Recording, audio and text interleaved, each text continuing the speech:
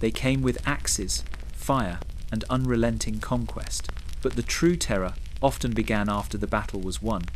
For the women of defeated warriors, fate could mean enslavement, humiliation, or horrors designed to shatter body and spirit. Forget the myths of mercy. Viking victory carried punishments darker than death itself. These women bore the weight of conquest in ways few could imagine. Today, we uncover the grim truth of what Vikings did to the women left behind in war. When the clamour of steel faded and the cries of dying men dwindled to silence, the air itself seemed to hold its breath. Smoke from burning thatch drifted above the fields, and the ravens circled, eager for their feast. What Vikings did to the women of defeated warriors was worse than death, for death was final, swift, and merciful compared to what awaited those left breathing. When the axes fell silent and the shield walls shattered, the wives and daughters of the fallen stood trembling in doorways, their fate no longer tied to hearth or kin, but to the will of the victors. A Viking man walked through the wreckage, his boots blackened with blood and ash. He did not search for treasure. Gold had already been taken, silver already piled into carts. His eyes scanned instead for women. The battlefield had become a marketplace, and every surviving woman a living coin. A young mother clutching her child tried to flee into the woods, but was caught by another Viking man, her cries muffled by the heavy hand across her mouth. Her infant was torn away like a lamb from the fold. The ground bore the prints of such takings, tracks that led not to freedom but to chains. The scent of Viking food drifted from the campfires beyond the village, roasting boar fat sizzling on iron spits. Warriors gathered there, laughing and boasting, their stomachs filled while their captives wept in silence. For the women, the smoke of those feasts was not the smell of sustenance, but the stench of captivity. They were dragged past the fires, past the mead horns raised in victory, toward pens of timber and rope hastily built where sheep once stood. A Viking child, no older than 10 summers, watched from the edge of the camp. He saw not the horror, but the triumph in his father's eyes. To him, this was the lesson of conquest, that the women of the defeated were no longer kin to themselves, but property. The boy asked a question, and the father answered with a jest that made the warriors laugh. Thus cruelty was passed like an heirloom, from tongue to tongue, from blood to blood. The stillness after battle was not silence, it was filled with hidden sounds. The muffled sobs of young girls pulled from their homes, the rattling of chains fitted to their wrists, the guttural chants of men dividing spoils not of coin but of flesh. The sagas sang of valour, of long ships and dragon prows, but they whispered little of these nights when women were parcelled out like cattle. Some captives would be forced to serve, their days spent grinding grain, hauling water, weaving cloth until their backs broke. Others were claimed as wives, bound not by choice but by the law of the axe, breathing property in the eyes of the clan. And some, the youngest and fairest, would vanish into the slave routes that stretched across seas and rivers, their names forgotten, their voices silenced forever. The Viking man who stood at the centre of it all raised his hand, and the division began, mothers torn from daughters, sisters from sisters. No prayers reached the gods that night, for the gods were silent. The sky itself seemed darkened, as though ashamed of what men did beneath it. When the axes fell silent, it was not peace that followed. It was the beginning of another war, one fought not with blades but with chains, a war waged upon women's bodies, where mercy was a word never spoken. For the living, the end of battle was only the start of suffering, and in that silence the true horror of Viking victory revealed itself. Mist hung low over the river Liffey, veiling the timbered wharves of Dublin in a pale shroud. Yet beneath that veil clattered the iron truth of conquest chains ringing against wood, shackles snapping closed upon wrists too slender to bear them. The merchants called it trade, but to the women herded through the gates of Woodquay, it was a funeral procession where the living mourned themselves. Here, the wealth of a Viking town was not measured only in silver coins or carved ivory, but in flesh and bone, in the soft steps of captives who had once been free. The ground was trampled to black mud by endless feet, by Viking men dragging their spoils from raids across Ireland, Scotland, and beyond. Each woman bound in iron was a prize, her worth weighed and spoken aloud in silver marks. Shackles of every size were stacked in heaps, thick rings for Viking warriors captured in rival clans, delicate loops for children whose legs trembled beneath them. Archaeologists in distant centuries would find them buried in the soil iron ankle bands, no wider than a thumb, bent by long years of struggle, their clasps rusted shut. But in that age they gleamed dark and new, fitted with a smith's precision, locked with a warrior's indifference. A Viking child, no taller than his father's belt, wandered the quay, eyes wide as he watched the captives huddled in their pens. To him, this was the marketplace of heroes, where the bounty of raids became wealth to feed his clan. He asked if these women would cook Viking food, weave cloaks, or bear children for the farm. His father laughed, saying their fate was decided by the highest bidder, not the gods. The boy did not yet understand the fear in the women's eyes, nor the silence they carried like stones upon their backs. The warehouses loomed over the riverfront, long halls of timber and stone built not for grain nor cloth, but for human cargo, narrow slits let in air, and drains cut into the floors funneled away waste. Inside, straw lay scattered in thin layers, quickly fouled by the press of bodies. The air grew hot, close, rank with sweat and despair. To the Viking merchants, this was industry, efficient and ordered. To the captives, it was a slow unmaking of self, where names faded, families blurred, and memory itself withered in the dark. At night, the sounds of the market stilled, but not the cries. From the pens drifted the muffled sobs of mothers, the whimper of children, the rasp of chains pulled in restless sleep. Outside, the warriors feasted, drinking mead and gorging on roasted meat, the scent of Viking food filling the cold night. Their laughter carried across the quay, echoing against the water, a cruel chorus to the misery within the walls. Some women were taken quickly, chosen by a Viking man who saw beauty or strength in them, claimed as concubines or wives, under laws that never asked their voice. Others remained in the pens for weeks, bartered like cattle, shipped out on long ships toward markets in far-off lands. The river itself seemed to know their sorrow, carrying their reflections like ghosts upon its black surface, whispering their names as it flowed to the sea. Chains in Dublin were not merely iron, they were the measure of power, the echo of raids, the proof that war did not end when blades were sheathed. They clung to wrists and ankles, but more than that, they clung to memory, binding entire generations in silence. And as the fires of the market smouldered, and the ships set sail heavy with living cargo, the city thrummed with wealth, bought at the cost of human souls.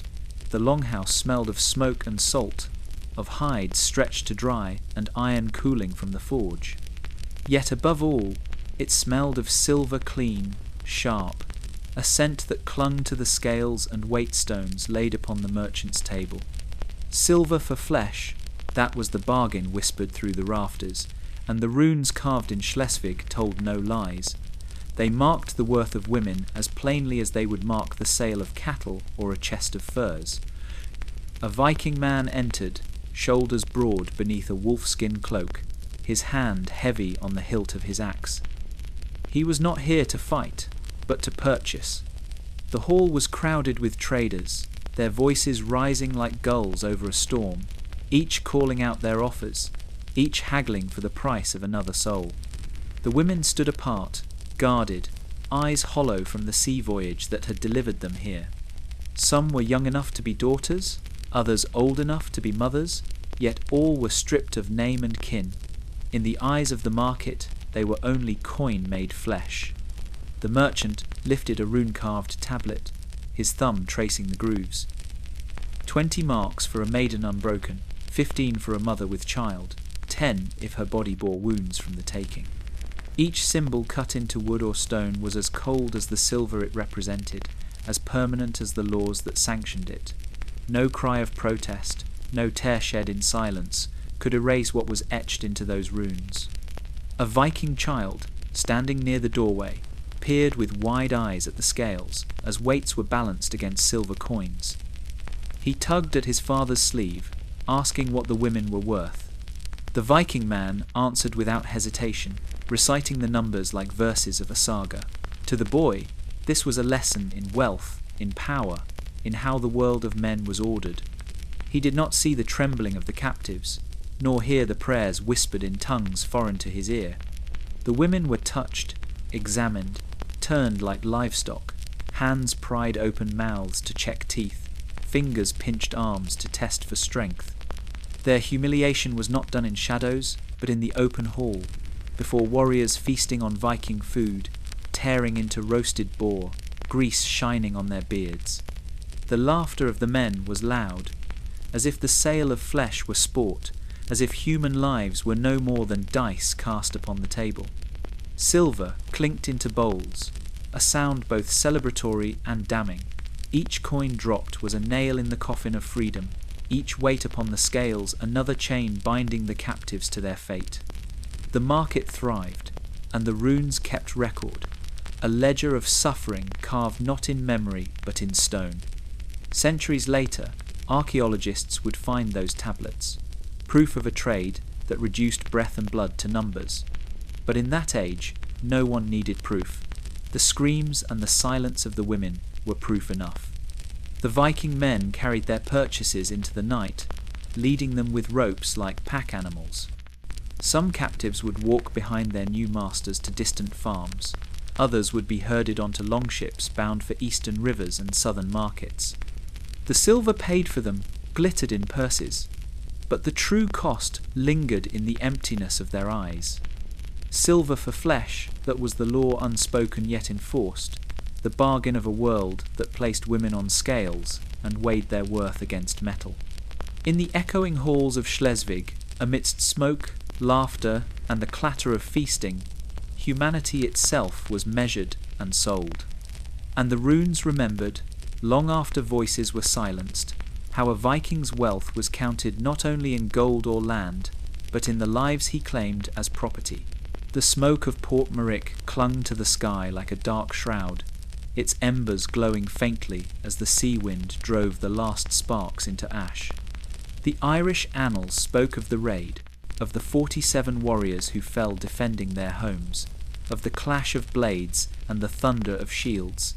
Yet when the ink dried, the words turned silent. Nothing was written of the women. Nothing was written of the 53 souls, dragged from their longhouses, their cries drowned by the roar of flames and the chanting of men drunk on victory. The annals kept their silence, but the earth did not. The bog remembered, the bog swallowed its dead whole, and centuries later it gave them back, their bones speaking truths the scribes dared not write. A Viking man strode across the ruined village, the haft of his axe still wet with blood. He did not glance at the fallen warriors sprawled in their lifeless ranks. Their worth was spent. His eyes sought only the women who cowered among the wreckage, clutching children, clutching scraps of life that would not save them. He seized one by the hair, dragging her into the open, his comrades laughing as they bound her hands with cord. 53 women they took that day, and none of them would see the sea again. The air was thick with the smell of Viking food, roasting on open spits, a feast of stolen cattle carved and consumed beside the longships. Warriors raised horns of mead, their beards glistening, their voices booming with boasts of conquest. But beyond the glow of the fires, in the dark edges of the marsh, the women knelt in silence. Rope cut into their wrists, bruises bloomed along their skin. Their cries had grown faint, their voices broken. They were not to be ransomed, nor sold in markets. Their fate was harsher. The bog was waiting. The ground there was soft, spongy, water seeping up between tufts of grass. It had swallowed offerings of weapons and idols for generations, and now it swallowed flesh. The Viking men dragged the captives into the marsh, pressing them down into the mire. The women fought, scratching, kicking, screaming into the night, but the bog took them all the same. Skulls would later be found with fractures from blows struck from behind, ribs shattered as if by deliberate crushing. These were not the wounds of battle. These were the wounds of punishment, of execution, of violence drawn out until resistance failed. A Viking child, no older than 12 summers, stood among the warriors and watched as the marsh claimed its victims. He asked why they were not chained and taken to Dublin, why they were not sold for silver as he had seen before. His father told him simply that the women were unfit, too many mouths, too little coin. The bog would keep them. It was cheaper that way. The boy nodded, not yet old enough to feel the weight of the horror before him, learning instead that even death could be turned into economy. The silence of the annals was not born of ignorance. The monks who wrote them knew what had happened. But some things were too black to set in ink, too shameful to carve upon vellum. The women of Portmerrick vanished from the record, their names erased, their fates untold. Yet the bog preserved them, their bones and flesh kept by its waters, marked forever by the final violence they endured.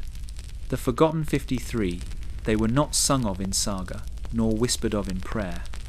Yet their story seeped from the earth itself, in broken bones and torn flesh, in soil that carried their sorrow across the centuries. And though the chronicles turned their faces away, the marsh remembered. The marsh bore witness when men chose silence, when a Viking's victory was written in the suffering of women, when the true cost of conquest sank into the dark, cold peat, never meant to rise again. The battle was long finished, the cries of men silenced beneath a sky veiled with drifting smoke. Crows had gathered on the rafters of burned longhouses, their black wings glinting in the dull light of dusk. Yet not all had ended when the swords were sheathed. For the women taken alive, the true ordeal had only begun. Executed after capture, this was a fate crueler than the clean bite of steel in battle. A Viking man moved among the captives, his shadow stretching across the bloodied ground. He did not strike them down at once. No, death was withheld, parcelled out in measures of pain and humiliation. The women were bound to posts driven deep into the earth, their hands lashed above their heads, their faces turned skyward to a heaven that gave no answer. Blows fell from clubs, and the flat sides of axes, not sharp enough to kill, only to break. Arms lifted in defence were shattered. Ribs cracked beneath, repeated strikes until each breath became a jagged labour. The warriors gathered in a circle, their voices loud as they jeered, tossing dice for whose turn it was to mete out the next punishment. The air was thick with the scent of Viking food roasting over nearby fires, fat dripping into flame, mingling grotesquely with the smell of blood. Mead horns passed from hand to hand, foam spilling over, their laughter carrying on the night wind. The women's suffering became part of the feast, a spectacle to sharpen the taste of victory.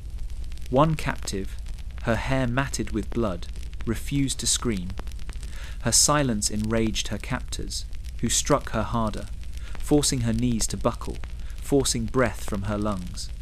When her body finally collapsed, they did not grant her mercy. She was raised again, tied upright, so the torment could continue.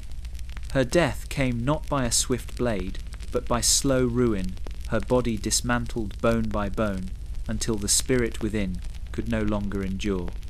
A Viking child, hidden among the shadows of the crowd, watched with wide eyes. His father told him this was justice, that the wives of fallen warriors carried their husbands' defiance in their blood. If they were allowed to live, they would rise again, kindle rebellion in their sons, vengeance in their daughters. Better, he said, that they die now, broken and forgotten. The boy nodded, though the sight of it lodged like a stone in his heart, teaching him a lesson carved not in runes but in flesh. The executions did not spill across the battlefield at random. They followed patterns, ritual in their cruelty. Some women were struck from behind, their skulls fractured in the same place, as though death was delivered by a practiced hand. Others bore marks of strangulation, the cords tightened with care, their final breath measured like the pouring of mead. Still others showed the wounds of fire, their bodies seared after the flesh had already stilled. Each killing was deliberate, controlled, a performance as much as a punishment. Long after the laughter had faded and the fires smouldered into embers, the earth held their stories. Bones buried shallow beneath trampled soil told of ribs broken in sequence, of arms raised to shield blows that never ceased. Centuries later, they would be unearthed, whispering of torment written into marrow. But in that night, no voice rose to bear witness except the crows, who took flight as each body finally fell limp. Executed after capture, such was the shadow left in the wake of Viking triumph. To the warriors, it was order, a grim necessity of conquest. To the women, it was the slow extinguishing of hope, their end drawn out long past courage. And though no saga sang of them, though no skald wove their cries into verse, the silence of their deaths thundered louder than war drums. For it was in these moments, beyond the clash of steel, that the true savagery of Viking victory revealed itself. The hall of judgment was heavy with smoke, the kind that clung to beams and hair, that made the eyes sting and the breath taste of ash. Men gathered there, warriors and chieftains, their cloaks stiff with salt and their beards still damp from the sea. At the centre stood a woman, her wrists bound, her gaze fixed upon the packed earth beneath her feet. Around her, the voices of law were raised not to ask her will, not to grant her choice, but to declare her fate. This was the law of the Kona, the law that made her not kin, not free, but breathing property. A Viking man rose, broad-shouldered, his hand heavy on the hilt of his sea-axe. He spoke her name, though not as kin might speak it. He spoke it as claim, as possession, declaring before the assembly that she was his, seized in battle, taken as prize. 3 witnesses stood beside him, nodding solemnly, their approval binding as iron chains. The woman's silence was no barrier, for the law required no word from her. In that hall, her voice was as nothing. Her body had already been decided. The Gragas codes, carved into memory and repeated in chant, demanded that such claims be made swiftly. Within 3 nights of capture, a warrior must announce his right before others, or the woman could be contested, fought over like cattle at a market. Thus the assembly resembled a feast of wolves, each man's eyes darting toward the bound captives, wondering if they might be seized before the law sealed another's claim. To delay was to invite challenge, and to challenge was to draw steel. The hall was loud with boasts, and the rattling of silver rings upon the table, yet beneath it all ran the quiet breath of fear. A Viking child sat in the shadows, clutching a wooden toy carved like a longship. He watched as his father claimed a woman, saw the way the men laughed and drank, the way they treated the act as common as carving meat.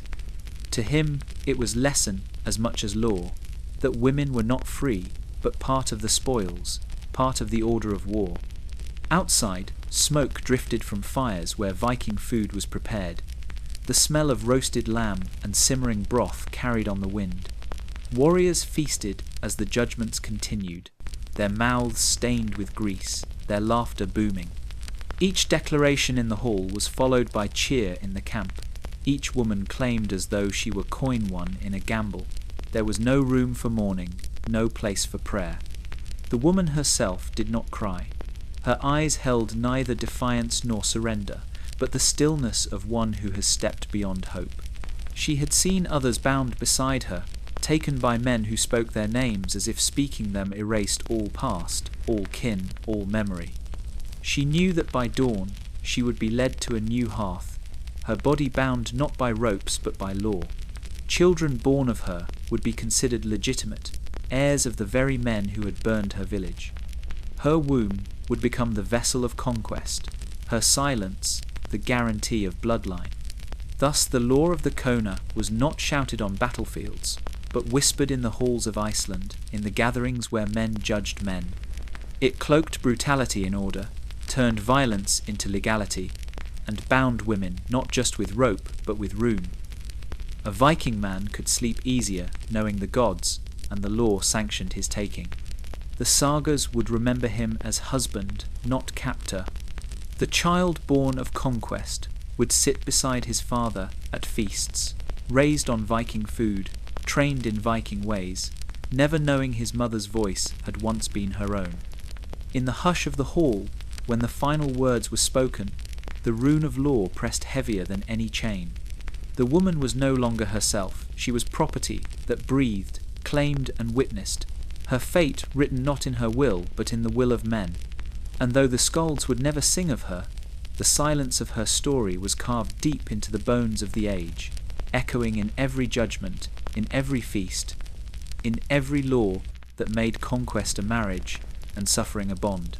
The hall was restless, filled with the murmur of men, the crackle of pine logs on the long hearth, the clang of iron rings as warriors slammed their drinking bowls upon the boards. Smoke curled upward into the rafters, staining the carved beams black with years of feasting and judgment. Outside, the snow had not yet melted from the eaves, but within, the heat pressed heavy, thick with the scent of sweat, mead, and roasted mutton. Here, in the seat of law, women's fates were not their own. The Gragas decreed it so claimed in 3 days, or claimed by another. A Viking man stood, tall as a mast, his wolfskin cloak brushing the floor. He laid his hand on the shoulder of a bound woman beside him, her wrists tied, her gaze fixed on the earthen ground. His voice was clear, sharp as steel, declaring before all present that she was his by right of conquest. 2 nights had passed since the raid. The 3rd night drew close, and to wait longer would risk her being taken by others. The law was a blade as keen as any sword. If he failed to speak, his claim would be broken, and another might step forward, calling her name as though it were coin to be exchanged. The woman flinched as his words echoed, but no answer was asked of her. In the eyes of the law, her silence mattered less than the crackle of the fire. She was a prize, a vessel, property with breath, and the men in the hall nodded, some in agreement, others in envy, their eyes straying to the women still unclaimed, their thoughts turning to the dwindling sands of time. Near the hearth, a Viking child sat cross-legged, gnawing on a bone slick with grease from Viking food. He watched his elders with solemn eyes, learning the ways of power. To him, this was not cruelty but custom, not theft but order. He heard the law spoken as though it were a saga, a tale handed down from the gods themselves. He would remember the lesson, that a woman's fate was a wager, and her body the spoils of a game measured in nights. The air grew tense as another warrior rose, challenging the claim. He too declared the woman his, swearing he had spoken the words in the camp 2 nights past. Voices rose, mead sloshed, and fists struck tabletops. Soon steel was half drawn, the glint of iron catching firelight. Such was the cruel weight of the 3-day rule. It pitted man against man, not for land, not for gold, but for women bound and waiting, their futures settled not by their will, but by the edge of a blade. The woman's face was pale, her breath trembling in her chest. She knew what awaited whichever man prevailed. No mercy, no reprieve. Only a new hearth, where she would be named wife, her body forced to carry sons for the man who had won her. To resist was to invite beating. To flee was to invite death. By the end of the night, blood had stained the packed earth floor, and the hall rang with shouts of victory. The man who lived claimed her once more, his words recorded before witnesses, binding her fate forever in the eyes of men and gods. She was his now, not as kin, not as servant, but as wife by conquest, a bond that mocked the word marriage. Claimed in 3 days, that was the decree. To the Viking men it was order, the law that kept quarrels from festering, that gave spoils their rightful place. To the women it was a ticking clock, each sunrise a drumbeat of doom, each nightfall a chain drawing tighter. And though no skald sang of their silence, their tears marked the floor of every hall where such laws were spoken, a hidden saga of sorrow beneath the roar of feasting and fire. The wind howled across the fjord, carrying the tang of salt and smoke, and the voices of men chanting in grim unison. A warrior had fallen, a Viking man of renown, his deeds carved into memory, his wealth spread out upon the ground, yet the grave was not his alone to fill. For the law of his people, the custom older than sagas, demanded that when a man of stature passed, his possessions must burn with him. Weapons, horses, jewels, and women. The sacrificial fires were not just pyres of mourning, but furnaces of power, feeding the dead with the breath of the living. The longship stood ready upon the shore, propped upon timbers, its dragon prow grinning into the dusk. Around it the clan gathered, men in furs and iron, children pressed against their mothers' skirts, their eyes wide with awe and fear. Torches flickered, casting wild shadows across shields and helms.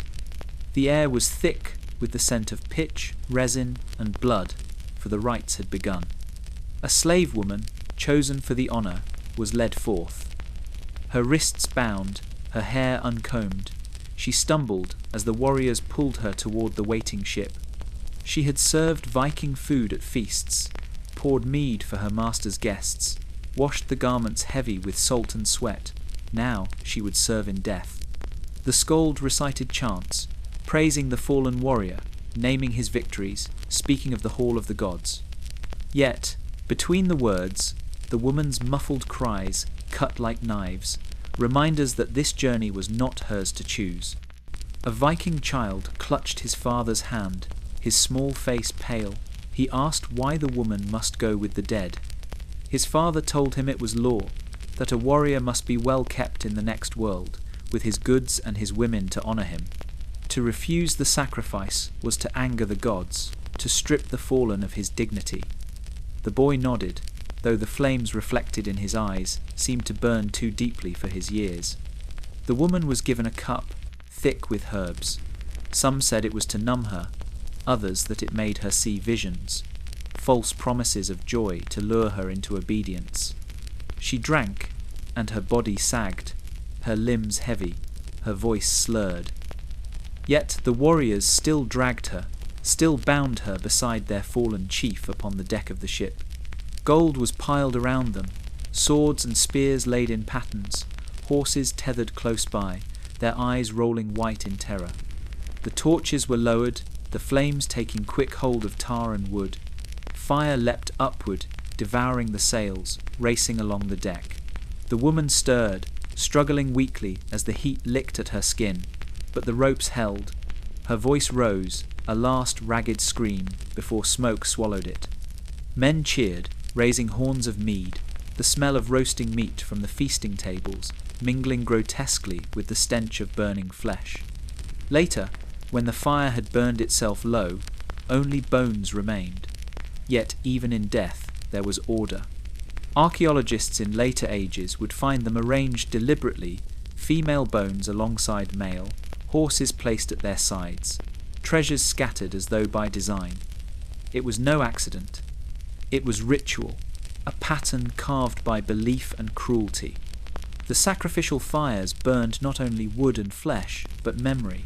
For the clan, it was proof of devotion, of loyalty beyond the grave. For the women, it was annihilation, body and soul consumed to honour men who had claimed them in life and in death alike. The sagas would praise the warrior's funeral, the ship set aflame upon the tide, the dragon prow hissing in smoke. Yet, hidden beneath those songs, lay silence, the silence of women whose names were never spoken, whose screams vanished into the crackle of the pyre. And as the fjord echoed with the chants of men and the roar of fire, the truth lingered in the smoke, that to live beside a Viking man was to risk dying with him, bound and burned, carried into the next world as unwilling tribute to his glory. The night was thick with mist, the fjord quiet as though the very waters held their breath. Torches flickered along the shoreline, casting wavering circles of light upon the waiting longship. The vessel, drawn high upon the sand, groaned under the weight of its grim cargo. The fallen warrior, wrapped in furs, his sword laid across his chest. yet he would not journey alone. The law of the age demanded companions, and a woman knelt beside him, her wrists bound, her eyes glassy with dread. A Viking man poured dark liquid into a wooden cup, the bitter brew steeped with crushed seeds of henbane. He pressed it to her lips, speaking words that promised visions of the other world. She drank because she must, the sharp taste burning her tongue, her throat tightening as the potion stole through her veins. Soon her breath grew ragged, her eyes rolling back to glimpse things unseen. She swayed, murmuring words that made no sense, laughter breaking into sobs, as if the world itself had split into shadows and flame. The warriors around her watched in silence, their faces stern. This was custom, they told themselves, not cruelty. She was being prepared for the journey, softened by dreams before the final act. Better to drift into madness than to face the fire with a clear mind. That was what they said. Yet the truth lay heavy in the way their hands clenched their belts, in the way their eyes avoided hers. A Viking child lingered at the edge of the gathering, his small fingers gripping his mother's skirt. He peered into the torchlight and asked why the woman laughed and wept in the same breath. His mother hushed him, telling him it was the gods who called her, that she was honoured to follow her master into the afterlife. But the boy shivered, sensing something darker in the tremor of her voice. He had eaten Viking food that night, hot broth and bread, but it soured in his stomach as he watched. When the potion had done its work, 2 warriors stepped forward. They wound a rope around the woman's throat, their faces unmoved as they pulled it tight. Her body thrashed, legs kicking against the planks of the ship. The henbane had robbed her of strength, yet not of life. She gasped, choked, her hands clawing the air until they stilled.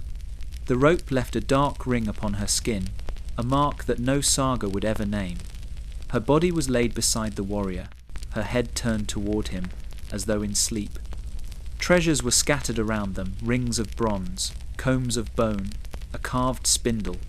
To the men who arranged them, it was order, ritual, the proper way to honour the dead. To the woman, whose soul had been wrenched from her in madness and pain, it was theft of life itself. The longship was set aflame, the fire consuming wood, cloth, flesh. Sparks rose into the night, carried on the wind, as though the gods themselves had reached down to take their due. The clan feasted on Viking food, mead flowing freely, their songs rising above the roar of fire. To them it was glory. To the woman it had been terror. Centuries later, bones would be found in such graves, female skeletons with marks of strangulation, residues of poison staining their teeth. Evidence that death had not come cleanly, that the women chosen for the pyres had first been drugged, made to see visions, then silenced with rope. Yet, in that age, the silence was enough. The smoke drifted skyward, carrying the memory of her final breath into the night. Poison before death, rope before flame, such was the fate of women bound to Viking men in death as in life. Their cries did not echo in saga, their names did not endure, but the fire carried their suffering into the stars, where no man could erase it. Frost rimed the edges of the camp, the earth hard beneath the boots of men and the bare feet of slaves. Smoke curled from low huts, drifting into the pale winter sky. At first glance, it seemed like any Viking settlement warriors sharpening blades, women carrying water, the smell of Viking food simmering in clay pots. But the earth beneath held a darker truth, hidden in the refuse pits dug just beyond the longhouses. These were not only middens of bone and ash from feasts.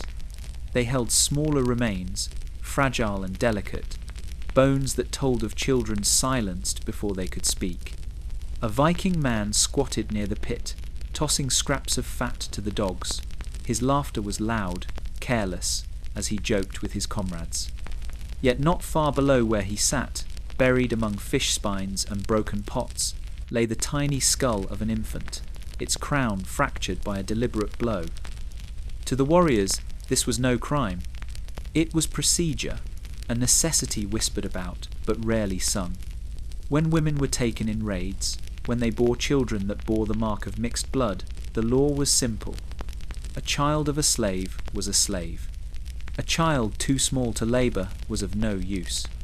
The midden pits bore witness to this unspoken law. Excavations in later ages would uncover dozens of tiny bones, each one scarred by the same violent skulls crushed, spines twisted, ribs snapped before breath had ended. In that time, however, it was simply another part of camp life, tucked away behind the longhouses, out of sight but never out of practice. A Viking child, no older than 6 summers, wandered too close to the refuse heaps. He knelt in the dirt, poking at the remains with a stick. His mother pulled him away sharply, her voice stern, but the boy asked why the bones were so small, why they were not buried in the mounds with others. His father, standing nearby, told him coldly that such children had no place in the afterlife, no hall of the gods, for they were born from women not worthy of their blood. The lesson was harsh, but it was a lesson passed down all the same. Inside the camp, the warriors feasted, their tables laden with roasted meat and steaming bowls. Viking food was plentiful, mead horns overflowing, laughter loud enough to shake the rafters. Yet outside, in the soil that froze and thawed with each season, the silence of infants lay preserved. The contrast was cruel, life celebrated in feasts, death buried in the waste heaps, where dogs sometimes unearthed what men wished forgotten. For the women who bore those children, there was no mourning. To weep too loudly was to invite blows, to resist was to risk the same fate as the child. They learned to hide their grief in silence, to bow their heads and serve as though the pit did not exist. But in their eyes flickered the truth sorrow that could not be buried, fear that never lifted. The infant bones told their own saga, though no skald would ever sing it. They spoke of unwanted lives ended with brutal efficiency, of mothers forced to watch their children taken, of men who believed the strength of their line lay not in mercy but in erasure. And though centuries would pass, though the earth itself would try to swallow the evidence, the pits could not keep their silence forever. In the cold soil of the north, in the shadows of longhouses and hearth fires, the procedure was carried out again and again. Quick blows, small bodies cast aside, their worth weighed against the hunger of mouths and the purity of blood. To the Viking man, it was necessity. To the women, it was agony beyond words. To the earth, it was memory, pressed into peat and bone, waiting for the day when the truth would rise again. The old palace stood in ruin, its stones blackened by centuries of rain, its timbers long since rotted into earth. Yet when men dug beneath the foundations, they found more than shards of pottery and rusted blades. The soil itself was stained, rich with iron, not from forge or weapon, but from blood, soaked deep into the floor, where women once cried out unheard. The Anglo-Saxon chronicles spoke of kings and battles, of treaties broken and lands claimed, but they were silent about what happened within those halls when Viking men claimed their spoils. The stones remembered, though the parchment did not. A Viking man strode through the shattered doors of the conquered palace, his boots echoing against stone once walked by kings. The air reeked of smoke and sweat, the aftermath of battle clinging to every wall. He did not search for gold, the vaults had already been stripped. He searched for women, the breathing trophies that law and custom said were his to take. When he found them, huddled in the shadows, he did not see wives, daughters, or kin. He saw property that breathes, wealth that walks, possessions that might bear him sons. The warriors brought them into the hall, where the hearth still smouldered with dying coals. Their wrists were bound, their hair torn, their faces pale in the dim firelight. Around them, men feasted, tearing into stolen meat, the smell of Viking food heavy in the air. Laughter rolled like thunder beneath the rafters, mead horns clashed together, and songs of conquest drowned out the muffled sobs of the captives. For the warriors, it was a feast of triumph. For the women, it was the first night of captivity. A Viking child sat on a bench at the edge of the gathering, his legs swinging, his small hands clutching a bone stripped clean. He watched as his father boasted of the new wife he had claimed, speaking not of love, nor even of desire, but of right. The boy learned that women were not companions but currency, the spoils of raids, the proof of a man's power. What he saw that night would shape him more than any saga, carving cruelty into the marrow of his youth. The captives were distributed with ceremony. Before witnesses, the claims were spoken, each woman's fate sealed with words as binding as chains. To resist was useless. The law of the axe had already spoken. The women were led away to new hearths, their cries swallowed by the night, their futures yoked to men who saw them as no more than vessels for bloodline and labour. The stains beneath the palace floor told the story the chronicles would not. Here, blows fell not upon warriors, but upon women, their bones broken, their lives bent into submission. The iron in the soil bore witness, long after the scribes had turned their quills aside. Every drop of blood that seeped into that earth was a record more lasting than parchment, a truth too dark for ink but impossible to erase. Property that breathed such was the fate of the conquered. To Viking men, it was order, law, the way of the gods themselves. To the women, it was the death of freedom, the theft of self, the silence of their own names. And though the sagas would never sing of them, though the chronicles remained mute, the earth itself remembered, whispering through the stains of blood iron, the story of lives turned to possession, of humanity reduced to spoils, of women who walked and wept, yet were counted as things. The river flowed black beneath the dawn, its current carrying longships heavy with more than furs and amber.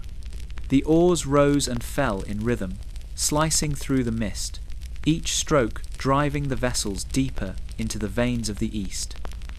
The Viking men who manned them were not singing sagas or boasting of raids.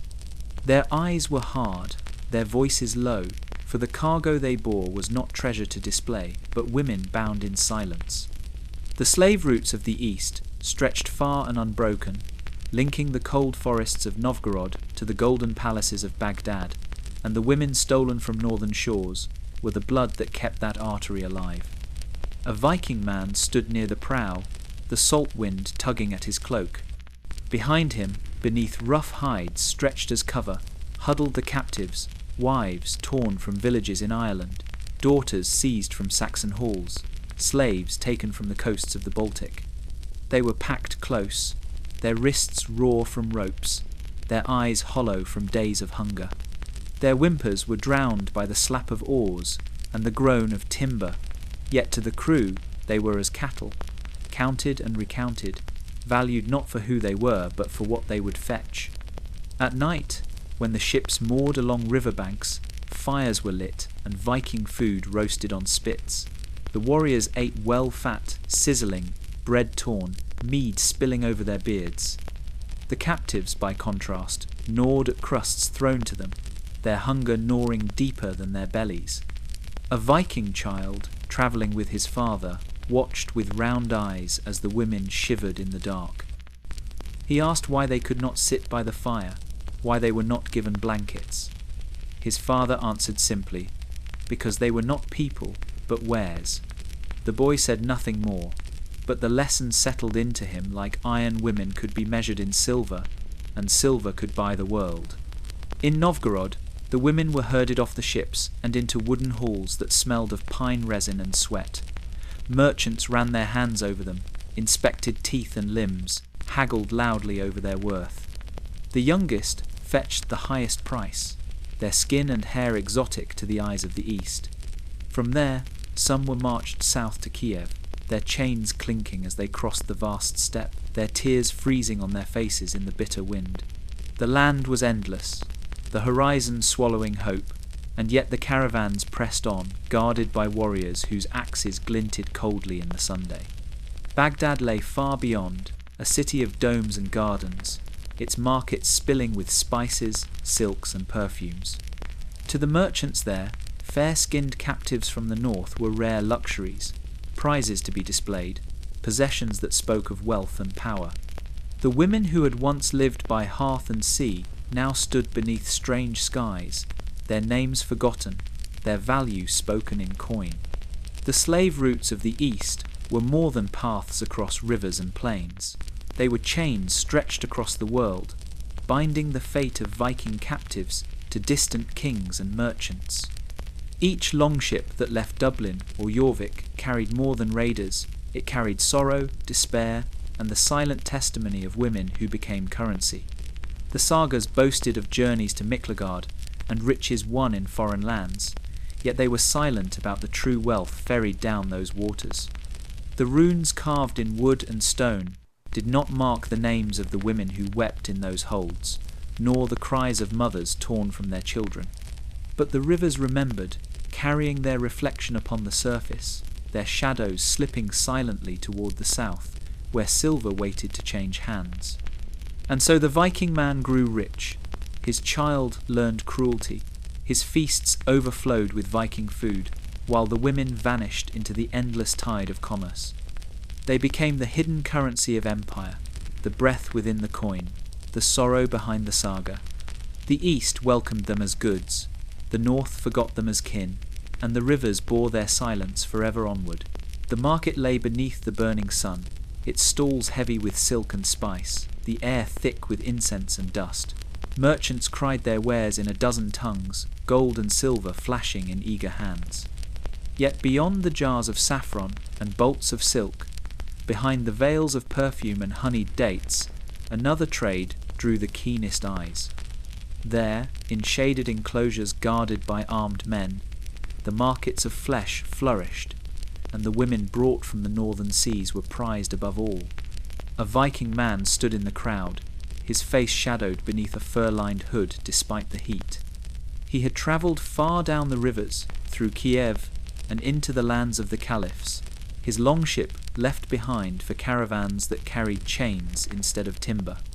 At his side, merchants bartered over the captives he had brought.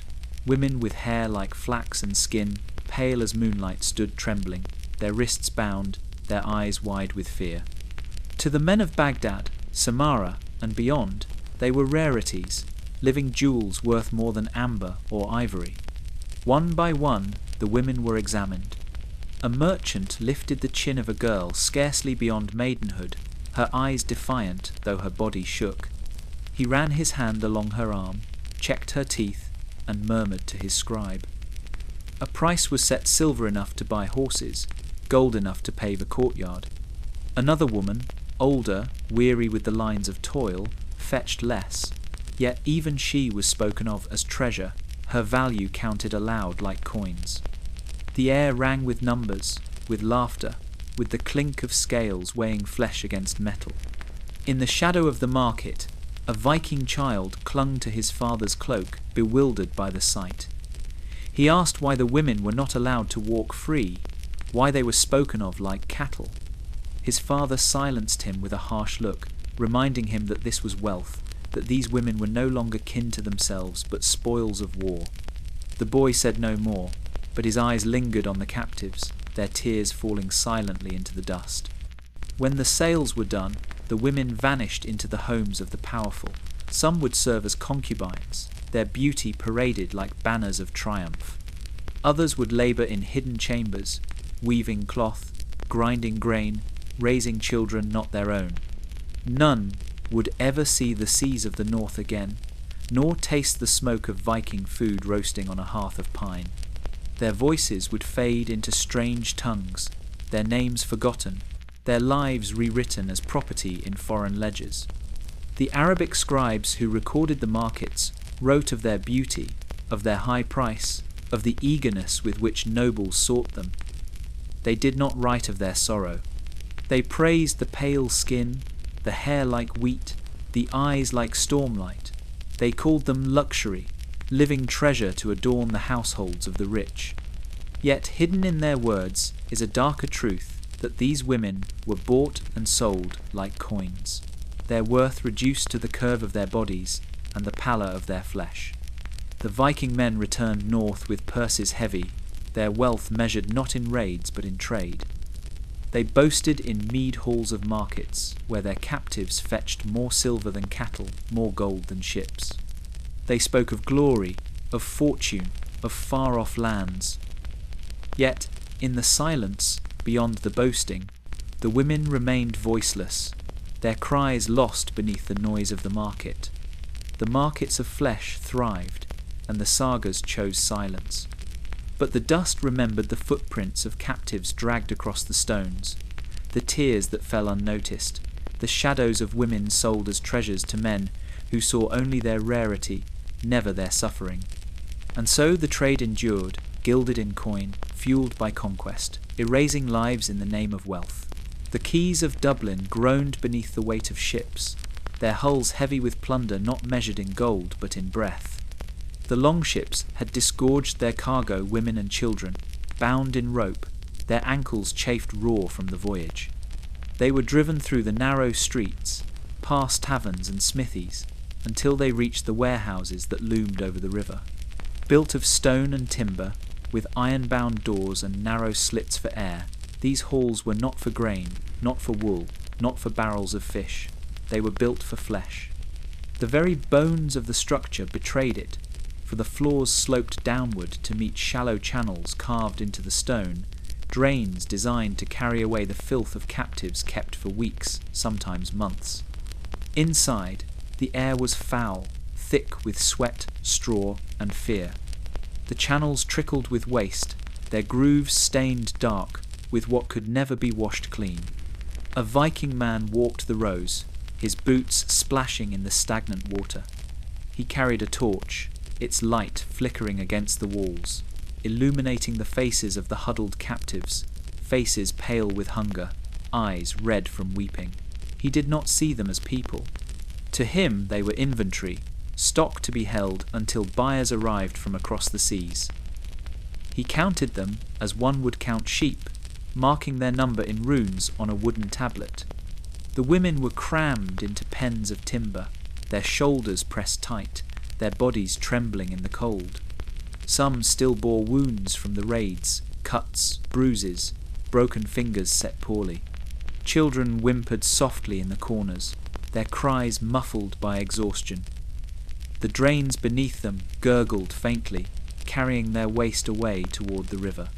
To the Vikings, this was efficiency, proof of their mastery over not only land and sea, but over human lives.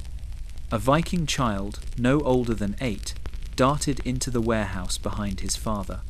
His small nose wrinkled at the stench, yet his eyes gleamed with curiosity. He asked if the women were slaves, if they would fetch much silver. His father laughed and ruffled his hair, telling him that these captives were worth more than cattle, more than furs, for they could bear children, grind flour, weave cloth. They were wealth that breathed, property that endured.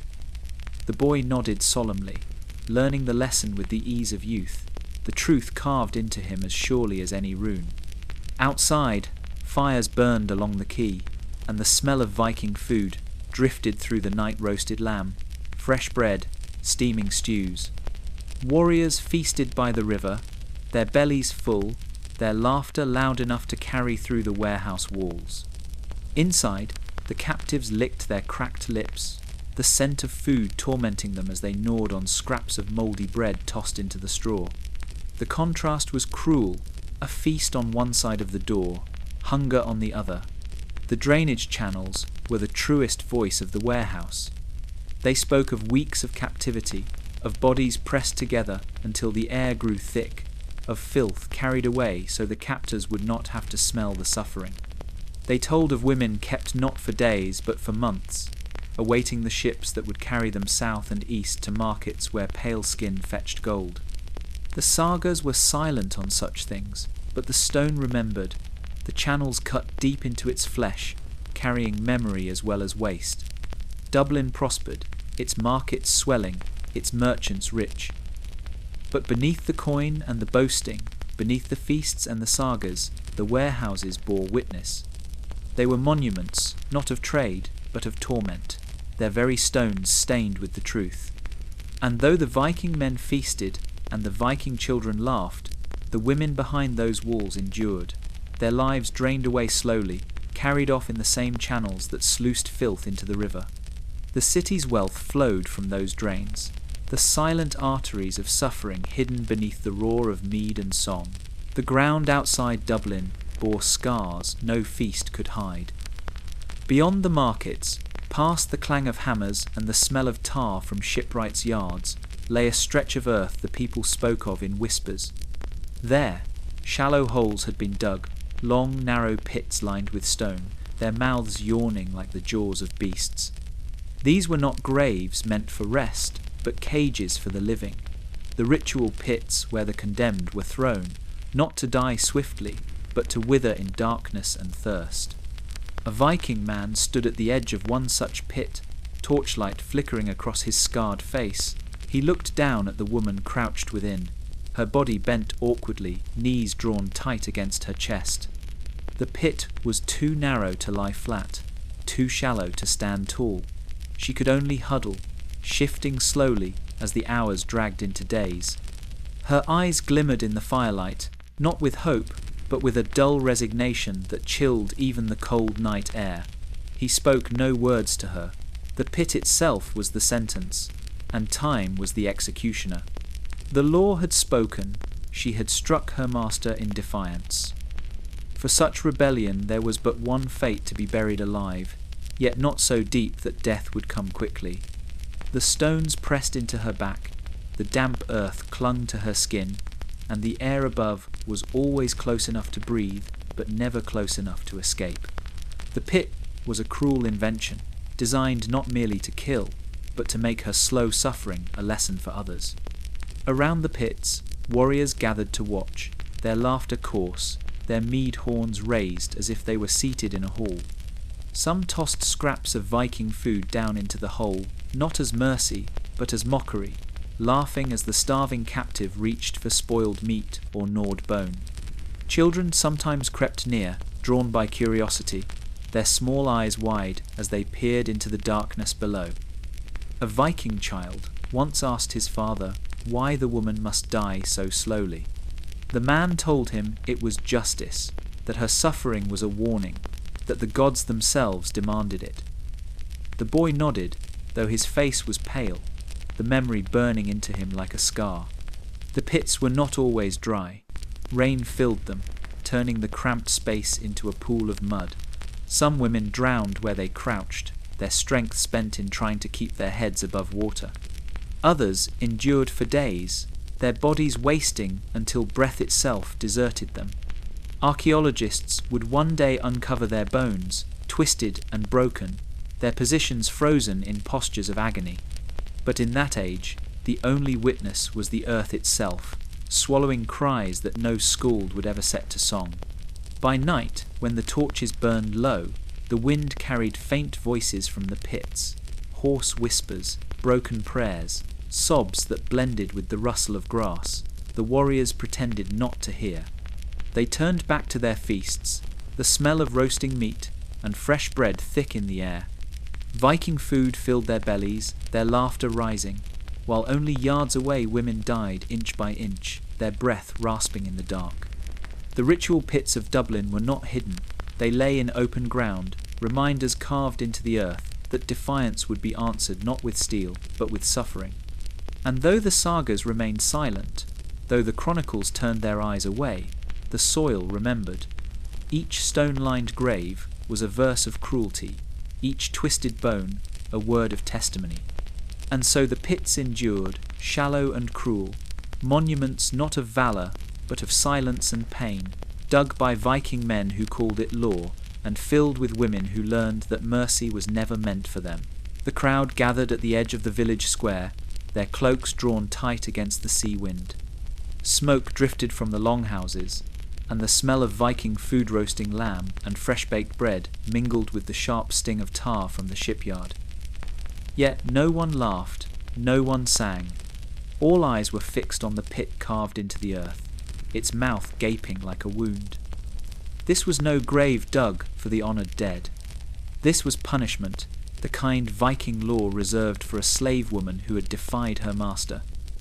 Burial alive the public lesson that silence was safer than rebellion. The condemned was led forth, her wrists bound, her face pale but unflinching. She had struck her master with a stone, defending herself from his hand. That defiance was crime enough. The law had spoken, and its words weighed more heavily than chains. She was property, they said, and property that resists must be broken. A Viking man, tall and broad, read the sentence aloud. His voice carried across the assembly, each word a blow heavier than any axe. He declared before gods and men that the woman would be lowered into the pit, alive, to meet death not by steel but by time. The law demanded it, and the law was never questioned. Warriors stood in a ring, their shields at their sides, their expressions grim. Some spat into the dirt, others jeered, yet most remained silent. They had seen it before, they knew what was coming. At the back of the crowd, a Viking child clutched his mother's skirt, his small eyes wide with fear. He asked in a whisper why the woman must be buried this way. His mother hushed him quickly, but his father leaned down, saying that this was justice, that, if slaves did not fear, they would rise, and chaos would follow. The boy nodded slowly, the lesson seared into his heart. The woman was lowered into the pit. It was narrow, its sides lined with rough stones. She could not stand tall, nor lie flat. Her knees bent beneath her, her back pressed against the wall, her breath quickened by the press of earth. Soil was shoveled down upon her, not enough to smother, only enough to weigh heavy on her body, to remind her that freedom was gone. The pit remained open to the sky, a cruel mercy that let her breathe, let her watch the faces above as they turned away. Hours passed, the crowd dispersed, yet many returned in the days that followed, drawn by curiosity as much as cruelty. They peered into the hole, watching her grow weaker, her voice hoarse from thirst, her eyes hollow from sleepless nights. Some tossed scraps of spoiled food at her, laughing when she refused. Others prayed silently for her soul, though none dared speak against the law. By the third day, her cries had grown faint, her body slumped against the stones. Children dared one another to creep close and listen, to hear the rasp of her breath, to see death slowly claim her. Her suffering was spectacle, a story whispered into the ears of every servant, every captive, a warning etched deeper than any rune. Defy, and this shall be your fate. When at last the pit fell silent, the earth was shoveled closed. No mound marked the place, no stone bore her name. She vanished into soil as if she had never lived, yet her death lingered like smoke over the settlement.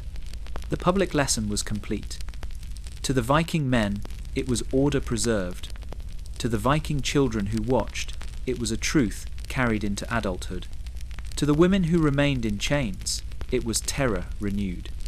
And though no skald carved her name into verse, though no saga honoured her defiance, the earth itself remembered the pit, a scar of cruelty, the silence of her voice, a shadow that never lifted. Snow lay heavy upon the fields of Thetford, muffling the world in silence, yet the Viking camp that sprawled across the frozen ground was anything but quiet. Fires crackled in long trenches, warriors sharpened their blades, and the sound of axes splitting wood echoed through the frosted air. Smoke curled into the grey sky, carrying with it the smell of Viking food stews of stolen cattle and bread blackened from the hearth. Men feasted loudly, their laughter booming across the winter night, but beneath their mirth lay shadows that the snow could not conceal. For when the frost gave way in later years, bones of infants would be found in those very grounds, mute testimony to the cruelty that fed the great army. A Viking man sat by the fire, his beard rimed with ice, his hands red from cold and blood alike. At his feet, wrapped in a rough hide, lay a child newborn, unwanted, the offspring of conquest. The mother, a captive taken in raid, knelt nearby, her eyes hollow with terror.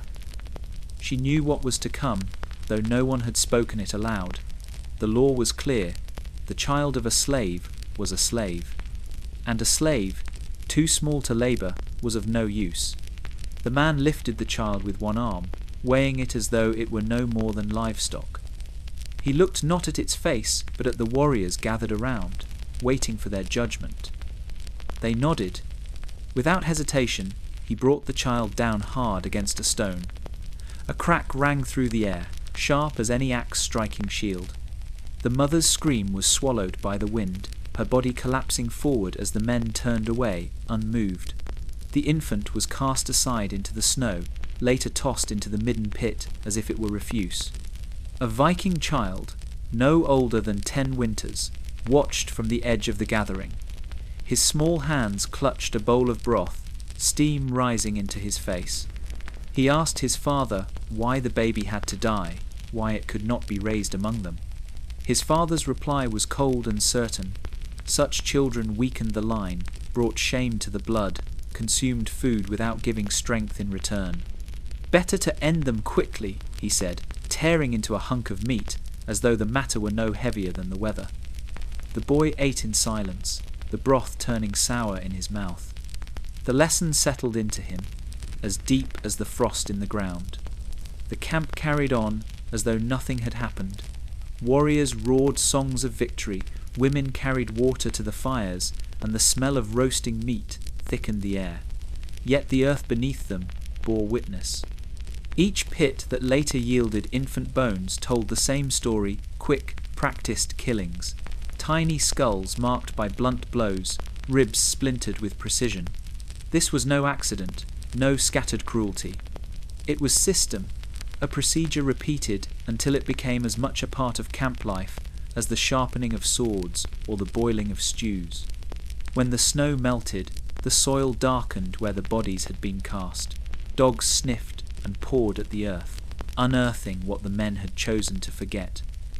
But the warriors did not bury the memory. They drank, they feasted, they raided again, leaving the ground behind to hold their secrets. The winter at Thetford was long and bitter, yet it was not hunger or cold that marked it most deeply. It was the silence of mothers robbed of their children, the emptiness left in huts where cries should have been, the bones of infants scattered among trash heaps, their worth dismissed by men who measured value only in labour and bloodline. To the Viking men, it was necessity. To the Viking children who watched, it was education. To the women who endured it, it was despair beyond words. And though the chronicles did not write of it, though the sagas turned their faces away, the bones endured. In their mute stillness, they spoke louder than parchment, louder than song, declaring to the ages that the great army's winter was not only carved in steel and fire, but in the quiet murders of the smallest and most helpless lives. The march of the great army shook the earth as it passed, hooves churning the mud, wheels grinding over frozen ruts, and the tramp of countless boots beating the rhythm of war. Smoke rose from the villages already plundered, their roofs collapsing in embers, their people either slain or bound. Yet, among the baggage that creaked and groaned behind the Viking warriors, there were objects stranger and darker than weapons or loot. Iron frames, jointed and riveted, lashed to the carts. They looked like cages, and cages they were. These were the breeding pens, carried wherever the host went, as portable as the tents they slept beneath. A Viking man strode beside one cart, his shield slung across his back, his eyes watchful over what it carried. Within the iron frame, wooden slats formed a prison no wider than a horse stall.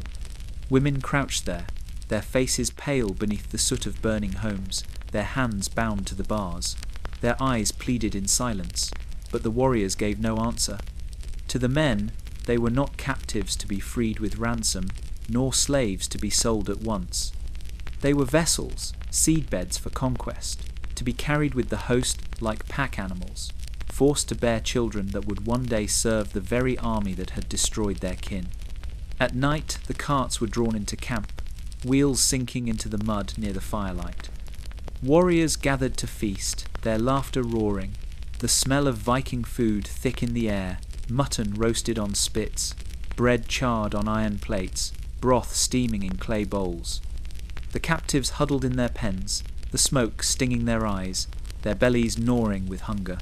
Scraps were tossed their way, bones slick with grease, crusts already black with mould. To the warriors, it was enough. They had no need to feed property well. A Viking child darted through the camp, chasing a stick, his laughter ringing clear against the night. He ran past the cages, slowing for a moment as his eyes fell on the women crouched within. His gaze lingered, confused by their tears, by the way they shrank from the torchlight. He tugged at his father's cloak and asked why the women were locked away like animals. The Viking man knelt, his hand heavy on the boy's shoulder, and told him this was how empires were made, that sons born of conquest carried both bloodlines and obedience, that through women kingdoms were reshaped. The boy said nothing, but the memory carved itself into him, a lesson written not in runes but in flesh. The pens themselves were cruelly clever. Iron rings embedded in the frames served as anchors for chains. Hinges allowed the cages to collapse and be set up anew when the host moved on, each one holding a dozen women pressed so close their breath mingled in the dark. The marks of wear told of constant use, the grooves where chains had rubbed, the rust where blood had stained. These were not temporary tools. They were industry, calculated and deliberate. When dawn broke, the army marched again, carts rattling behind the long lines of men, the women jolting within their cages. Their cries were drowned by the clang of iron and the bellow of war horns. And always, the pens followed the silent testimony that conquest was not only about land seized or gold taken, but about flesh bent to the will of Viking law. The sagas would never name the pens. Skalds sang of victories, of kings defeated and treasure claimed. They did not sing of the carts that rolled behind, nor of the women whose lives were crushed between iron bars. Yet the earth remembered, the rusted frames unearthed, long after the songs had faded, whispering the truth. That the great army carried not only weapons of war, but wombs in chains, cages where humanity was stripped away and turned into strategy. In the breeding pens, empire was forged, and in the silence of those cages, the true cost of Viking triumph was measured not in silver, not in land, but in the broken voices of women who carried the weight of conquest in their very bodies. Frost clung to the stones of Jorvik, the morning air sharp with the smell of smoke and dung. The city bustled with merchants calling their wares, blacksmiths hammering iron, and fishermen gutting their catch by the river. Yet at the heart of it all stood a building few spoke of aloud, a long low structure of timber and stone, its walls thick, its doors bound with iron. To pass it was to feel a chill, for within its belly lay not goods nor grain, but women. The York facility, built with care and craft, held 64 narrow cells, each one a cage for flesh. It was no storehouse.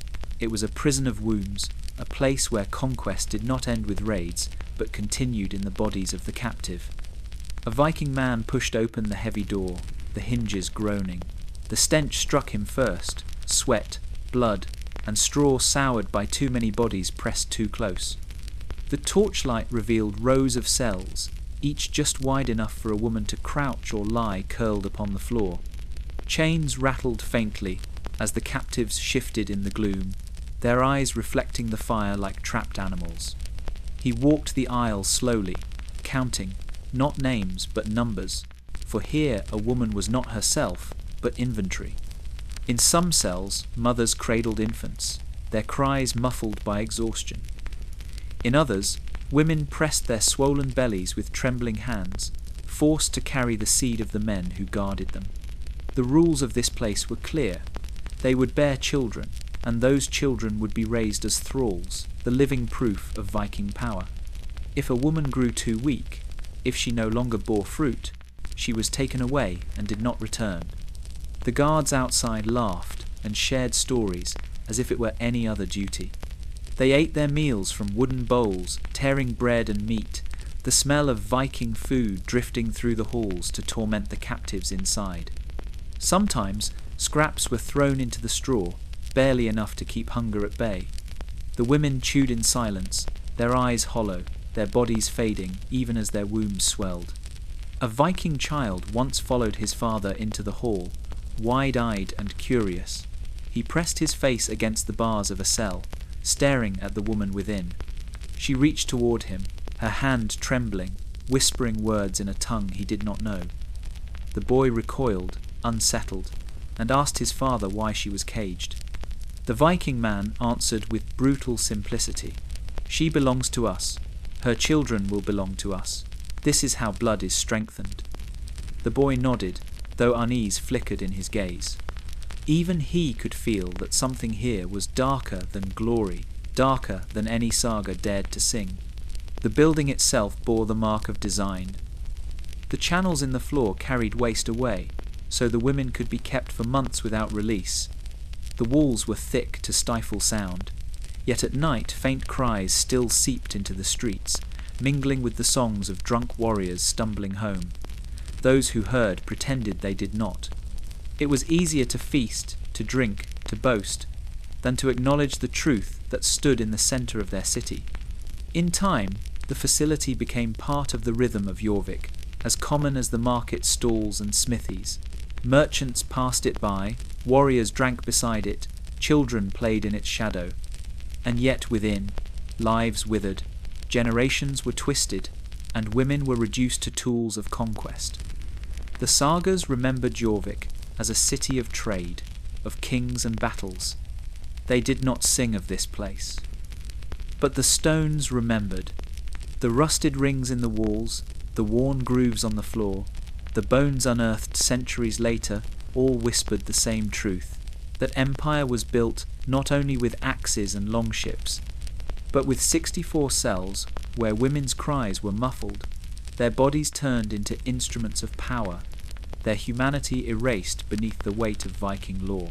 The bells of Yorkminster tolled in the pale dawn, their bronze voices rolling across the city.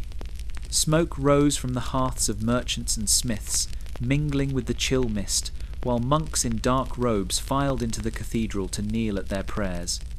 To any passerby, it was the sound of piety, of order, of God's house standing tall above the bustling streets of Jorvik. Yet beneath the chants and candlelight lay records written in careful hands, parchments lined with neat ink strokes. They spoke not of glory or salvation, but of children, thousands of them baptized as foundlings, their parentage listed as unknown. But the women of the cells knew where those children had come from, and the church knew too. A Viking man entered the cloistered scriptorium, the smell of vellum and ink sharp in the air. He was no monk, but a guard, his boots still crusted with mud from the yard where captives were held. He carried with him a parchment, a new child to be recorded, one more life torn from a woman chained in the breeding halls. The monk took the document without question, dipping his quill, writing the name not of the mother, not of the father, but Filius Ignoti, child of the unknown.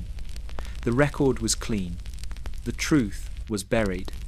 Outside, a Viking child darted across the yard, chasing a stick, his laughter echoing against the stones. He knew nothing of the cries muffled behind the thick walls, nor of the women forced to carry sons and daughters who would never know their names. To him the cathedral was only a towering marvel, the bells a song, the monks a curiosity. His father told him it was the will of God that children without kin be raised to serve. The boy did not yet understand that their blood had been purchased with conquest. Their baptism fees counted like coin. In the great hall, monks ate their meals of bread, cheese, and boiled roots, while Viking food roasted nearby in the halls of warriors mutton, mead, and butter-rich stews. The scents mingled in the air, one humble, one indulgent, yet both sustained by the same source, the trade in human lives. For each foundling baptized, the church received payment, a sum drawn not only from nobles, but from the very men who profited from raids and captives. Those coins funded altars carved in marble, stained glass windows, towers raised to heaven.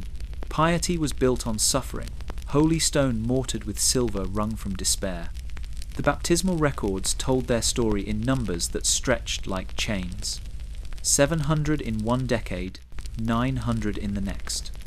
Infants who bore the pale hair and grey eyes of northern mothers, mixed with the dark features of Celtic and Saxon blood. They grew up never knowing their origin, their lineage erased with ink. To the monks, they were lambs delivered to God.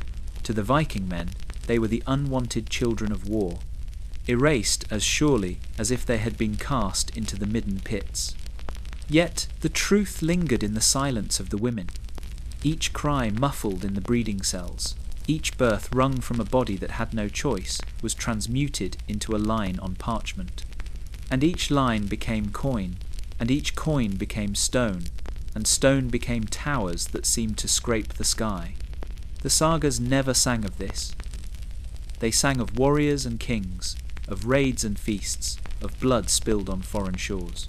But the church archives spoke a quieter, crueler saga, one written not in verse, but in ink, a tale of women who bore children only to have them taken, of infants baptized into anonymity, of prophets that lit candles on holy altars, while mothers wept in silence. The baptismal records endure still, neat lines of script that seem so orderly, so pious. Yet to look closely is to hear the echo beneath them, the cries of captives, the silence of women whose names were never written, the truth of cathedrals built on sorrow, on silver paid for children born in chains, baptized as if God himself had sanctioned the commerce of conquest. The mound at Repton lay quiet, grass growing thick over soil that once drank deeply of blood. When the earth was opened, bones spilled forth, men and women mingled, some carefully laid, others thrown in haste. Among them, one skull bore a mark stranger than all the rest. 3 words carved into its crown, runes cut by a steady hand. I'm better this way. No saga ever mentioned it, no monk dared write it, yet the skull itself bore testimony, a justification etched into bone, the voice of a people who turned cruelty into law. A Viking man once held that skull alive in his grasp. She had been a girl, scarcely a woman, torn from her home, carried across the sea in chains. Her hair was pale as flax, her eyes wide with terror, but her captors saw only property. She served them in silence, her labour unending, fetching water, grinding grain, mending torn cloaks stiff with salt. Yet when the tide of war shifted, when the English pressed back and the Viking camps fell, she became a danger, a captive who knew too much, who had seen too much. She could not be left behind to bear witness. The girl was led to the edge of the burial ground. The night was cold, the air sharp with wood smoke, and the lingering scent of Viking food roasted at the fires. Around her stood men who had feasted, who still smelled of mead and mutton, their laughter from earlier fading into grim silence. They did not raise her as kin, nor mourn her as thrall. They prepared her as evidence to be erased. She was given the bitter draught of herbs henbane, perhaps, or another poison enough to make her limbs heavy, her mind swim with visions. When she faltered, a rope tightened about her throat, or perhaps a blow from behind sent her to the earth. Her breath stilled, her body quieted, and the men who ended her life turned away without prayer. But one, whether in mockery, guilt, or some twisted notion of mercy, took a blade to her skull. Slowly, carefully, he carved the runes. Ek betri svar, I'm better this way. A Viking child may have seen the act, peering from the shadows of the camp, his small hands clutched around a wooden toy. He may have asked why the man carved upon the head of the dead. His father would answer that it was justice, that to kill one's own captive was better than letting her fall to the enemy, that shame must be silenced before it could take root. The boy would nod, though unease lingered in his heart. He would grow knowing that cruelty could be dressed as necessity, that even death could be justified with runes. Centuries later, the carved skull lay in the earth, its words preserved, though the flesh had rotted away. The soil remembered what the sagas would not, that Viking men carved their truths into the very bones of the silenced, that they sought not forgiveness, but validation in their cruelty. I'm better this way. Was it her voice imagined, or theirs imposed upon her? Was it mercy spoken for her, or excuse spoken for them? The truth is lost, buried with the bones. Yet the runes endure, as sharp as the day they were cut, whispering of a world where women were silenced, not only in life, but even in death, their skulls made into ledgers of conquest. The sagas praised heroes, skalds sang of raids, and feasts of Viking food filled the halls with joy. But in the burial pits of Repton, bone bore witness. The carved words stand as the cruelest saga of all, a saga without verse, without glory, without redemption.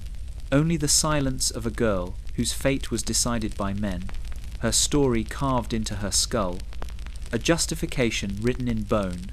The hall smelled of smoke and iron, its rafters thick with the soot of 100 winters. Warriors gathered close to the fire, their voices low, their hands heavy with mead horns. Outside, snow pressed against the doors, but within, the true cold lay not in the wind, but in the silence of the captives. They were women kept in shadow, their eyes dim, their hands trembling, their words broken into fragments of nonsense. This was no madness of chance. It was crafted, fed to them like bitter broth. The poison of silence seeped into their bodies, for the Viking men had learned the art of mercury, a slow venom that rotted the mind before it stilled the heart.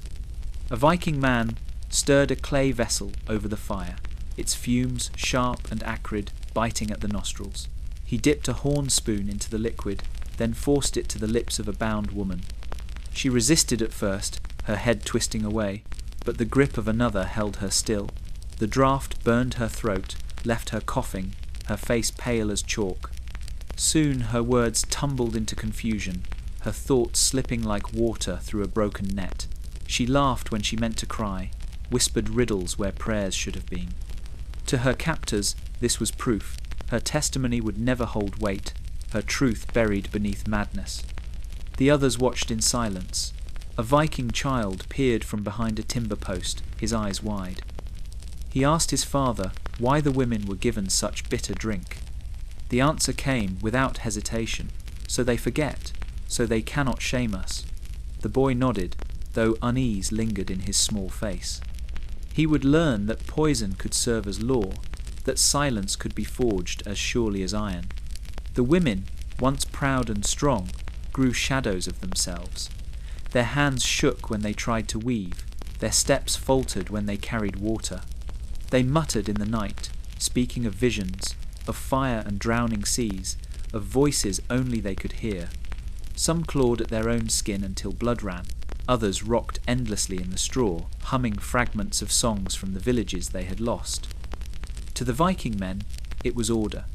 To the women, it was living death. Outside, the camp feasted. The smell of Viking food carried through the night, roasted boar fat, dripping onto the flames, thick stews bubbling in iron pots.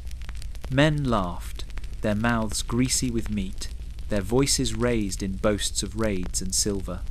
The women nearby sat huddled in silence, their hunger gnawing, their minds unravelling, their suffering ignored. When death came, it was slow. Some collapsed, their bodies too weak to rise. Others wasted away, their flesh yellowed, their eyes clouded. A few were taken to the pits, buried while still breathing, their madness ensuring that their cries sounded more like gibberish than plea. And when the earth covered them, no one marked their names. The sagas never sang of Mercury. The skalds never told of women driven insane before their deaths.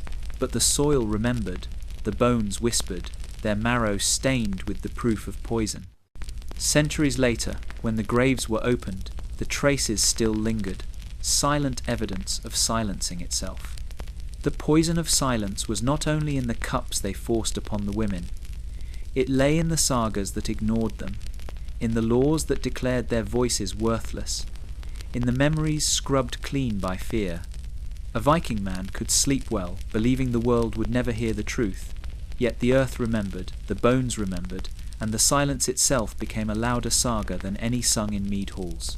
The earth at Repton was dark and heavy, its layers pressed tight with centuries of silence. When the spades of men cut through the soil, they did not find a single grave, but pairs mothers and children laid together, their bones twisted in final embrace. The sagas had never sung of them, the chronicles never set ink to their sorrow, yet the ground bore witness. It told of nights when cries were smothered, when women and their little ones were silenced side by side. These were not burials of honour, they were executions, arranged with purpose, hidden in soil that could not forget. Long before the earth closed over them, a Viking man had stood at the edge of the camp, his breath clouding in the frost. At his feet knelt a woman, her child clutched against her chest. She had been taken in raid, her body already marked by chains, her spirit bent by hunger and fear.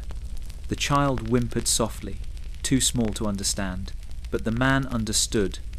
He knew the law of conquest, knew the order that said women of the defeated were not kin, but property, and property could not be left to the enemy. He gave the order, and others obeyed. The woman was dragged to the pits, dug hastily beyond the camp. The soil smelled of damp and decay, of earth turned too often for bodies too many. She pleaded not for herself, but for the child. The warriors did not listen. Their hands were swift, their strikes practiced. A blow fell upon her skull, another upon the fragile head pressed to her breast. Silence followed. They were lowered together into the pit, her arms still wrapped around the little one, the embrace of death sealing what life could not protect. A Viking child watched from the shadows, his small fingers curled around the haft of a wooden toy sword. He asked his father why the mother and child were not spared, why mercy was not given. His father's reply was hard as iron. Mercy breeds rebellion, silence breeds peace. The boy swallowed the words, learning that even innocence could be weighed against the needs of war. He would carry that lesson into manhood, never questioning that soil might be filled with voices it was forbidden to hear. Back in camp, the fires blazed. The smell of Viking food filled the air, stews bubbling with stolen meat, bread baking on hot stones. Warriors feasted loudly, mead spilling from horns, songs of victory echoing into the night. Yet only a short walk away, beneath fresh earth, lay women and children who would never again taste bread, never again feel fire's warmth. The contrast was as cruel as the blows that had ended them. The graves of Repton were careful in their silence. Some bodies showed strangulation, others blunt force, still others signs of poisoning. But always, the pairs remained mother and child together, buried as if the captors knew their bond could not be broken even in death. To the Viking men, it was neatness, efficiency, the erasure of witnesses. To the women, it was the final theft, the last breath stolen not only from themselves, but from the little ones they had tried to shield. Centuries later, the soil gave up its secret. Archaeologists uncovered the bones, their positions telling stories no saga dared carry. Tiny hands clutched against larger ribs, skulls fractured in unison, lives ended in the same cruel hour. The runes were silent on such matters. The monks turned their faces away, yet the earth remembered. The mother-child graves at Repton are a testament not of love alone, but of horror. The love of women who died holding their little ones, the horror of Viking men who decreed that even children must fall when conquest demanded silence. And though feasts once roared above them, though the sagas denied them, the bones still speak, whispering of a truth too dark for parchment, that in the shadow of conquest, innocence itself was condemned to die. The wind over Hastings carried the stench of battle, of horses torn open, of men trampled into the mud. When the last Saxon banner fell, the Normans raised their own, shouting praise to their duke, now king. Yet beneath the clang of armour and the ringing of victory, something older stirred habits brought not from Normandy alone, but from the blood-soaked customs of the north. The conquest of England was hailed as a new age, yet for the women who survived it, it was only the old saga told again, the the Norman continuation of what the Viking men had already carved into law. A Viking man might once have stood in such a hall, declaring a captive his wife by conquest.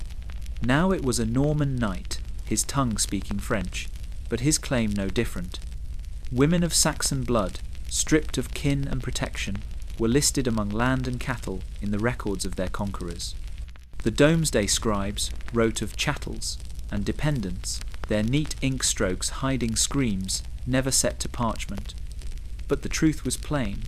The Saxon woman became property that breathes, just as she had under Viking law. The halls of England filled with feasts. Norman lords gorged on venison, pheasant, and roasted swine, their tables heavy with bread and wine. The smell of meat, rich and spiced, drifted through corridors where Saxon women laboured under watch, their hands trembling as they poured, as they served. The scene mirrored the old hearths of Jorvik, where Viking food once steamed in iron pots, while captives knelt in silence at their master's feet. The tongue was different, the prayers made to Rome instead of Odin, but the cruelty tasted the same. A Viking child in earlier days might have watched his father drag a woman into the hall and call her wife by law of the axe. Now, a Norman boy grew up hearing his father boast of civilizing Saxon blood, of taking land and women as rightful spoils of war. The lesson was unchanged. Conquest was inheritance. Women were tokens of legitimacy, their bodies turned into bridges between bloodlines, whether they willed it or not. Some Saxon women sought refuge in convents, trading one captivity for another. The abbeys swelled with those who would rather bind themselves to stone walls and cold altars than to Norman knights. The chronicles praised their piety, calling them brides of Christ. Yet beneath the Latin prayers lay fear of the same fate that Viking men had inflicted before, now cloaked in the velvet and heraldry of their heirs. The Domesday Book, revered as the great record of a kingdom reshaped, became the runestone of this continuation. Its pages tallied not only fields and oxen, but also households where women were listed beside livestock, their worth measured in the same breath.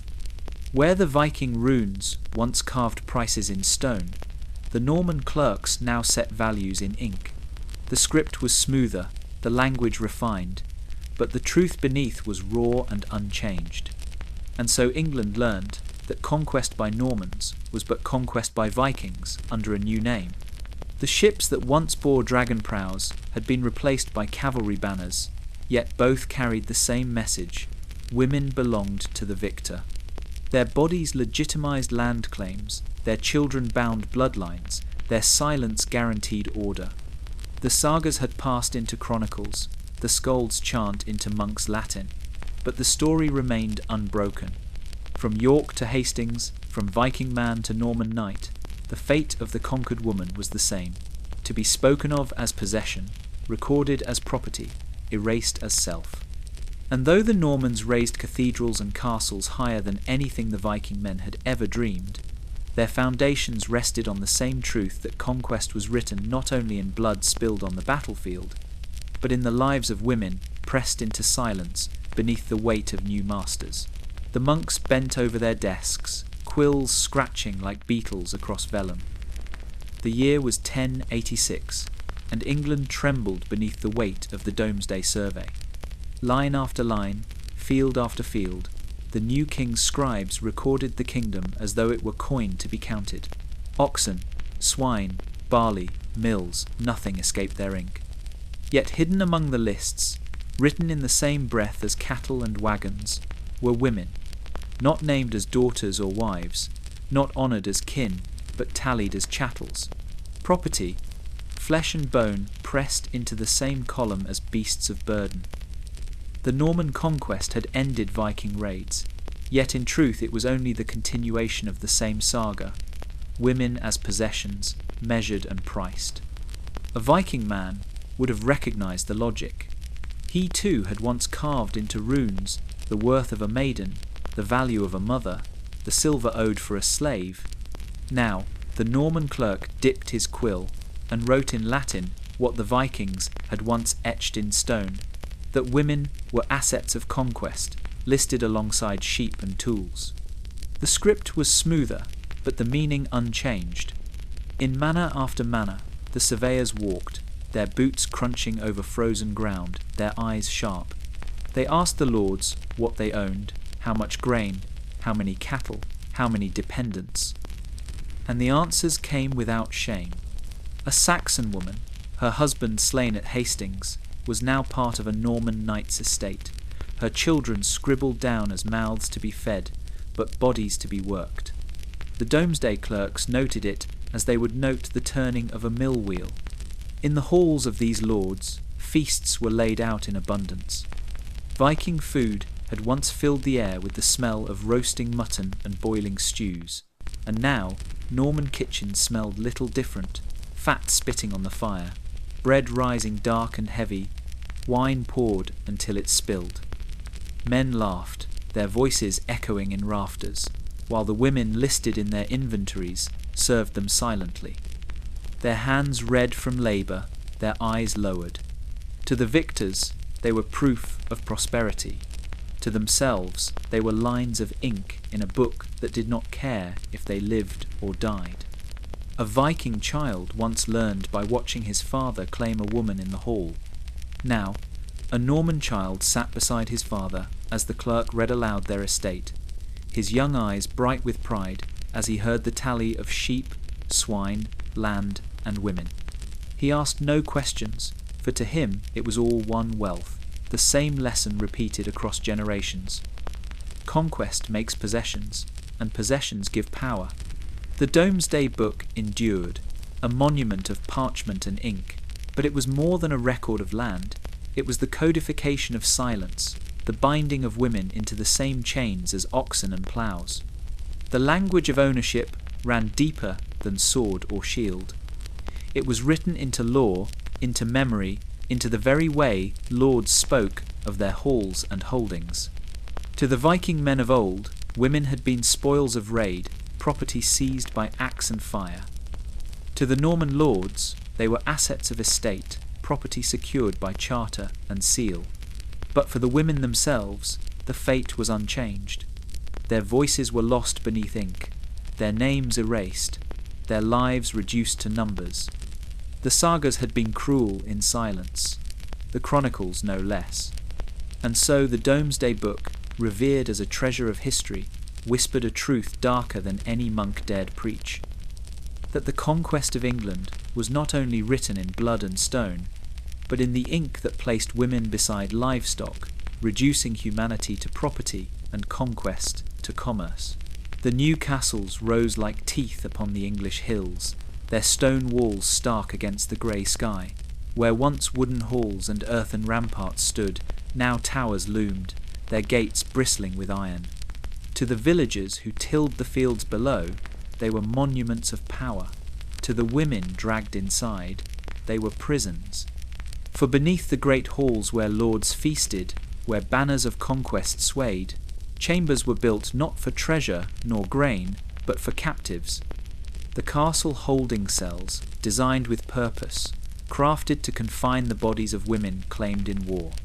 A Viking man of an earlier age might have nodded at the sight. He had once kept captives in timber pens, in warehouses lined with drainage channels, in cages lashed to carts.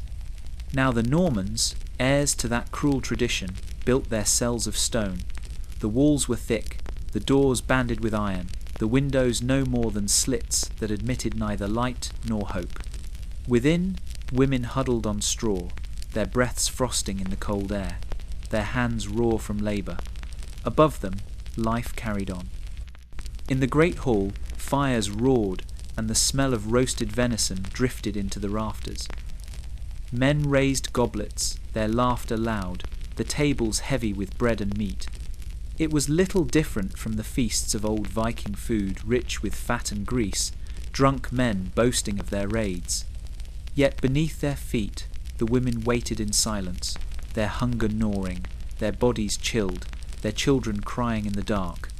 A Viking child, had he walked the halls centuries before, would have heard the same lessons that Norman sons now absorbed.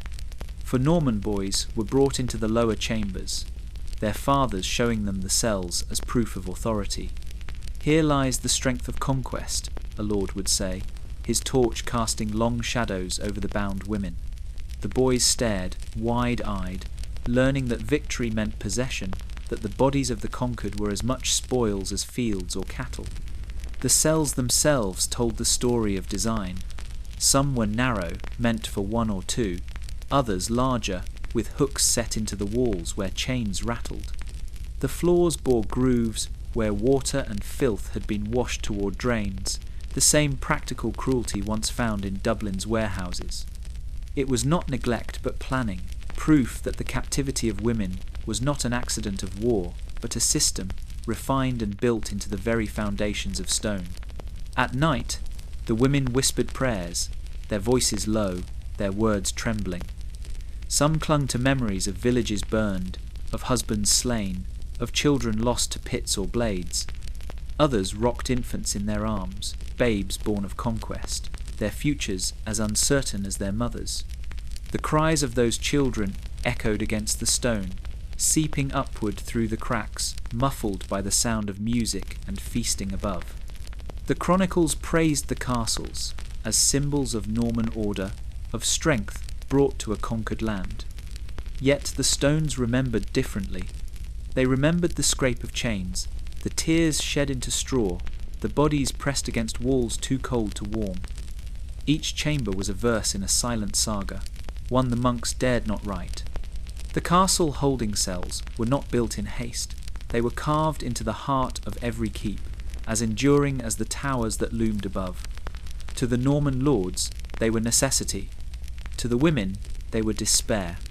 And though the skalds of the Viking age had turned their silence into verse, and the clerks of the Norman court had turned it into ink, the truth lay heavy in the stones, that conquest did not end at the battlefield.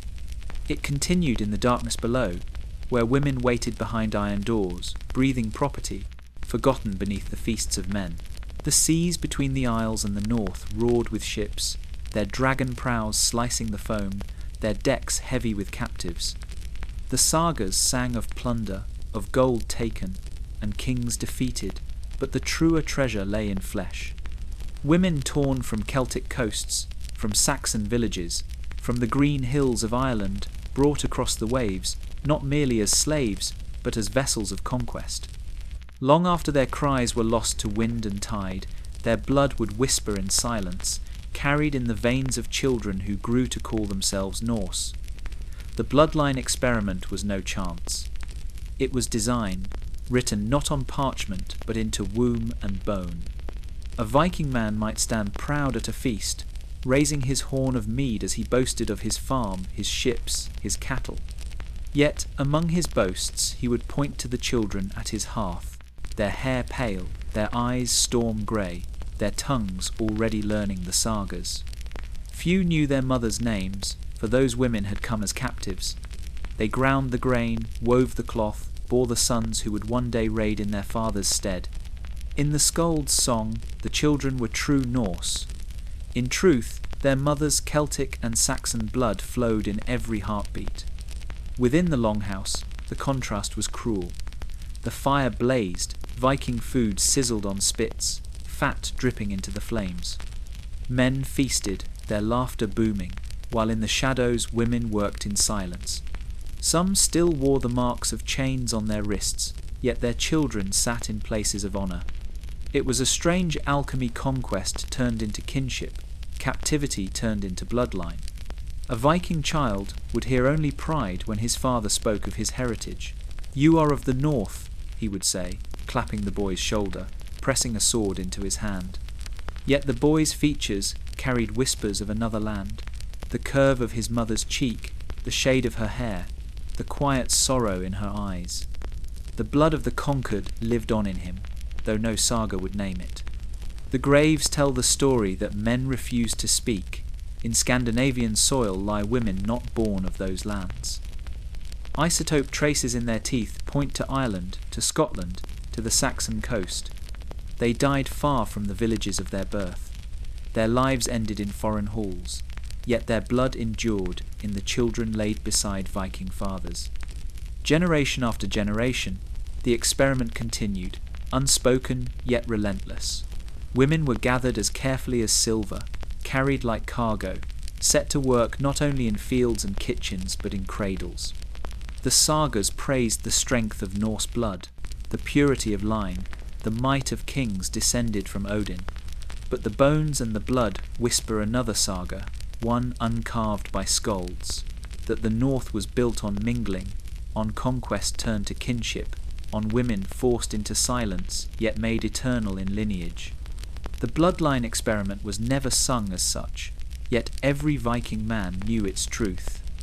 Wealth was counted not only in silver, but in sons, and sons were born from women seized in raids, women whose cries faded into lullabies, whose heritage flowed into the veins of a new people.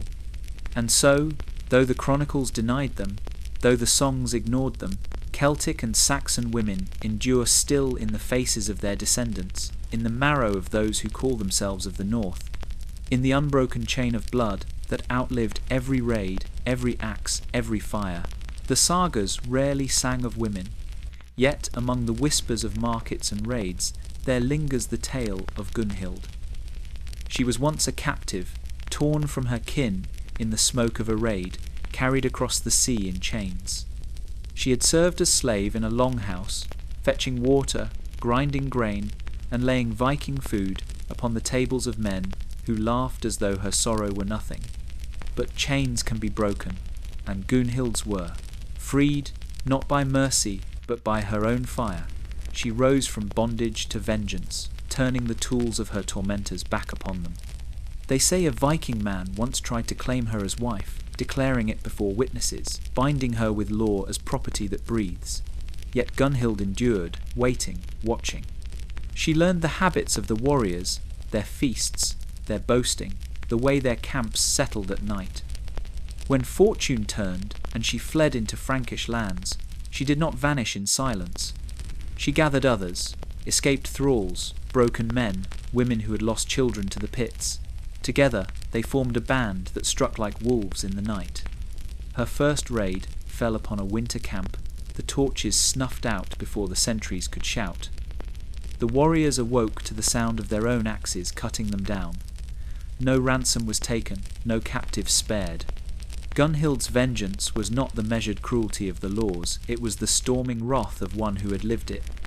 The Viking men who once feasted on stolen lamb and mead found themselves silenced in blood.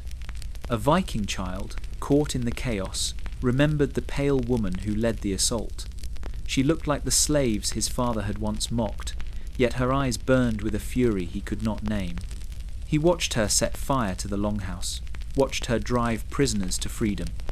Years later, he would recall her face, a spectre who proved that captives could rise, that the chain could be broken and wielded as a weapon. Gunhild's war lasted 7 years. Frankish scribes wrote of her with awe, describing her as both curse and miracle. She struck swiftly, moving with the same precision the Vikings had taught her. Camps fell in silence, slave pens were opened, and warriors who had once claimed wives with the law of the axe were found mutilated. Some say she ordered castration before death, turning their own cruelty back upon them. The smell of smoke and iron marked her passing, the ground blackened where her wrath had fallen. Still, she fed her people. Around the fires of her warband, Viking food simmered in pots meat stolen from the very larders of those she struck down. Bread baked on stones, mead brewed from honey seized in raids. Each meal tasted not of triumph alone, but of defiance, of stolen strength turned to survival. The sagas are quiet about her end. Some say she fell in battle, her body burned upon the pyre like any warrior. Others whisper she vanished into the forests of the Seine, her vengeance complete, her name carried only by those she freed. Yet the earth bears her mark burn layers in ruined camps, bones of men slain not by foreign kings, but by their own methods wielded against them. Gunhild was not kin to the Vikings, yet she knew them better than most. She had carried their yokes, served their feasts, borne their scorn. and when she rose, she carried their cruelty back upon them, proving that even in the darkest saga, a captive could become the avenger. To the Viking men, she was terror. To the freed, she was hope. And though her name is scarce in rune or song, her shadow lingers, a reminder that not all who were bound remained silent. Some learned to wield the chain, and some, like Gunhild, turned it into a sword. The winds over Repton howled like wolves, carrying with them the bite of frost and the stench of fear. The great army that had once thundered across England now faltered, its ships lost, its kings hunted. Camps grew thinner, fires burned lower, and whispers spread among the longhouses. The English were pressing back, and the old gods gave no promise of victory. Yet it was not the warriors who bore the heaviest weight of defeat. It was the women, the wives, the daughters, the thralls, who faced a fate more terrible than the sword. For the last executions were not carried out by enemies, but by their own kin, Viking men, who chose silence over surrender. The pits were dug in the frozen ground, their mouths yawning like black wounds in the earth. A Viking man stood over them, his axe heavy in his hands, his breath rising white into the bitter air. Below, women knelt in clusters, their hands bound, their faces pale in the torchlight. Some were captives taken long ago, brought from Ireland, Scotland, Saxon villages. Others were Norse-born, wives who had cooked Viking food on hearths now cold, mothers who had nursed children beside the sea. All shared the same fate. To fall into English hands would mean chains, shame, and torment. Better, the warriors said, that their own end them quickly. Better that they die Norse than live as prey. The women wept, but many did not resist. They had seen the laws of conquest, had watched strangers slaughter captives after raids, had heard the screams from ritual pits. They knew mercy was not part of the world that bound them. Some clutched their children tightly, shielding them with their bodies, as though flesh alone could bar the axe. One by one, the blows fell, heavy and final. A Viking child watched from the edge of the gathering, his small hands gripping the fur at his father's cloak.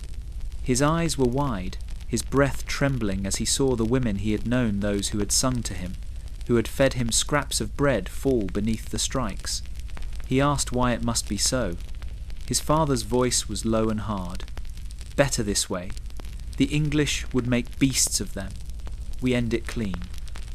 Yet the boy's stomach churned, the lesson searing itself into him more bitter than any mead. The mass grave grew, body upon body, lowered into its depths. The soil stained with blood, the air filled with the copper tang of iron. Some women bore marks of strangulation, others of poison, others still the splintered fractures of deliberate blows. It was not chaos, it was order, carried out with grim resolve.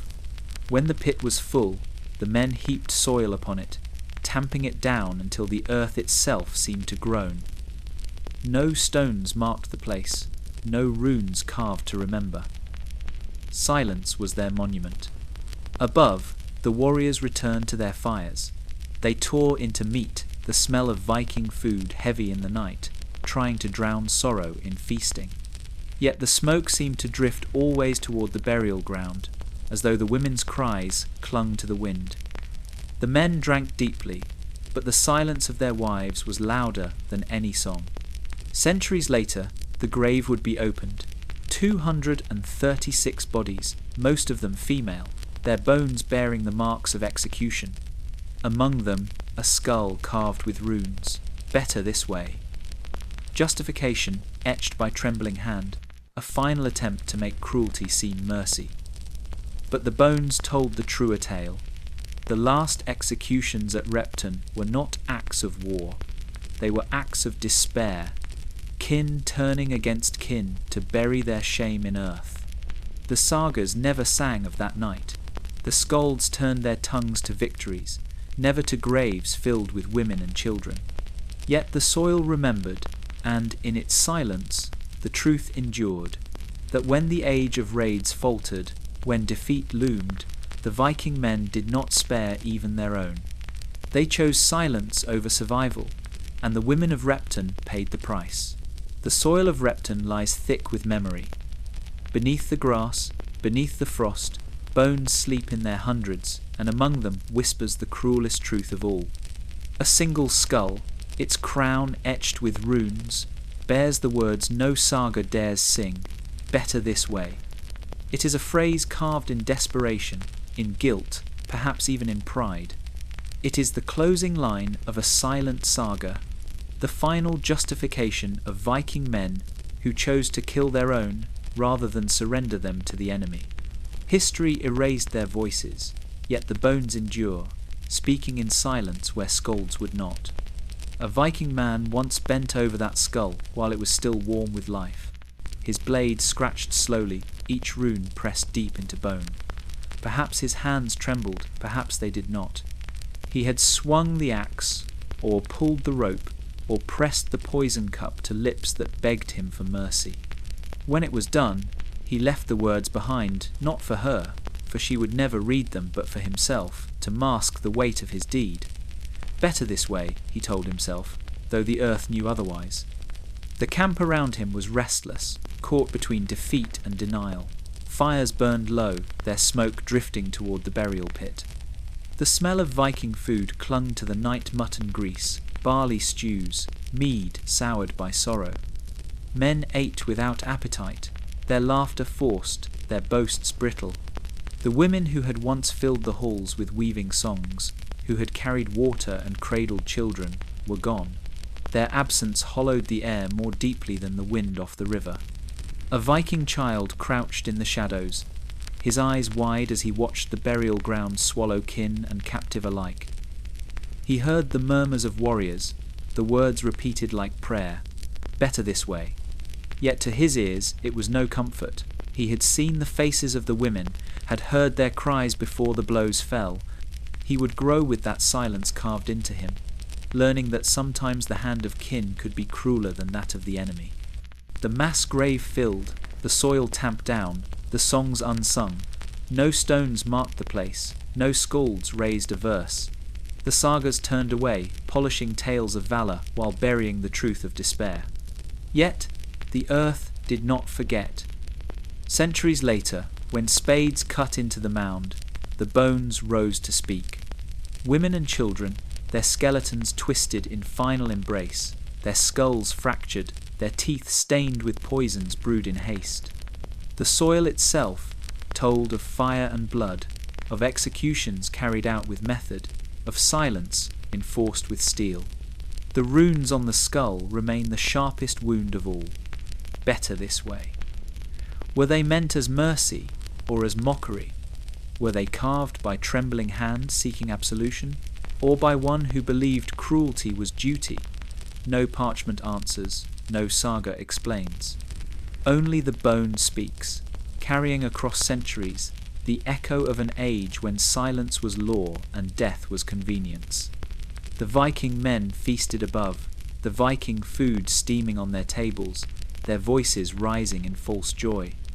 Yet beneath their feet, the pit whispered truths no mead could drown. The archaeology speaks where the sagas fall silent. That conquest devoured not only enemies but kin, that women were silenced even in death, that runes carved in bone could never erase the stain of blood. And so the final words of that age remain not in song but in silence, not in triumph but in soil. Better this way. A phrase etched by hand, but remembered by earth, a cruel epitaph for women whose names were never spoken, whose lives were taken by those meant to protect them, whose story now survives only in the bones that refuse to forget.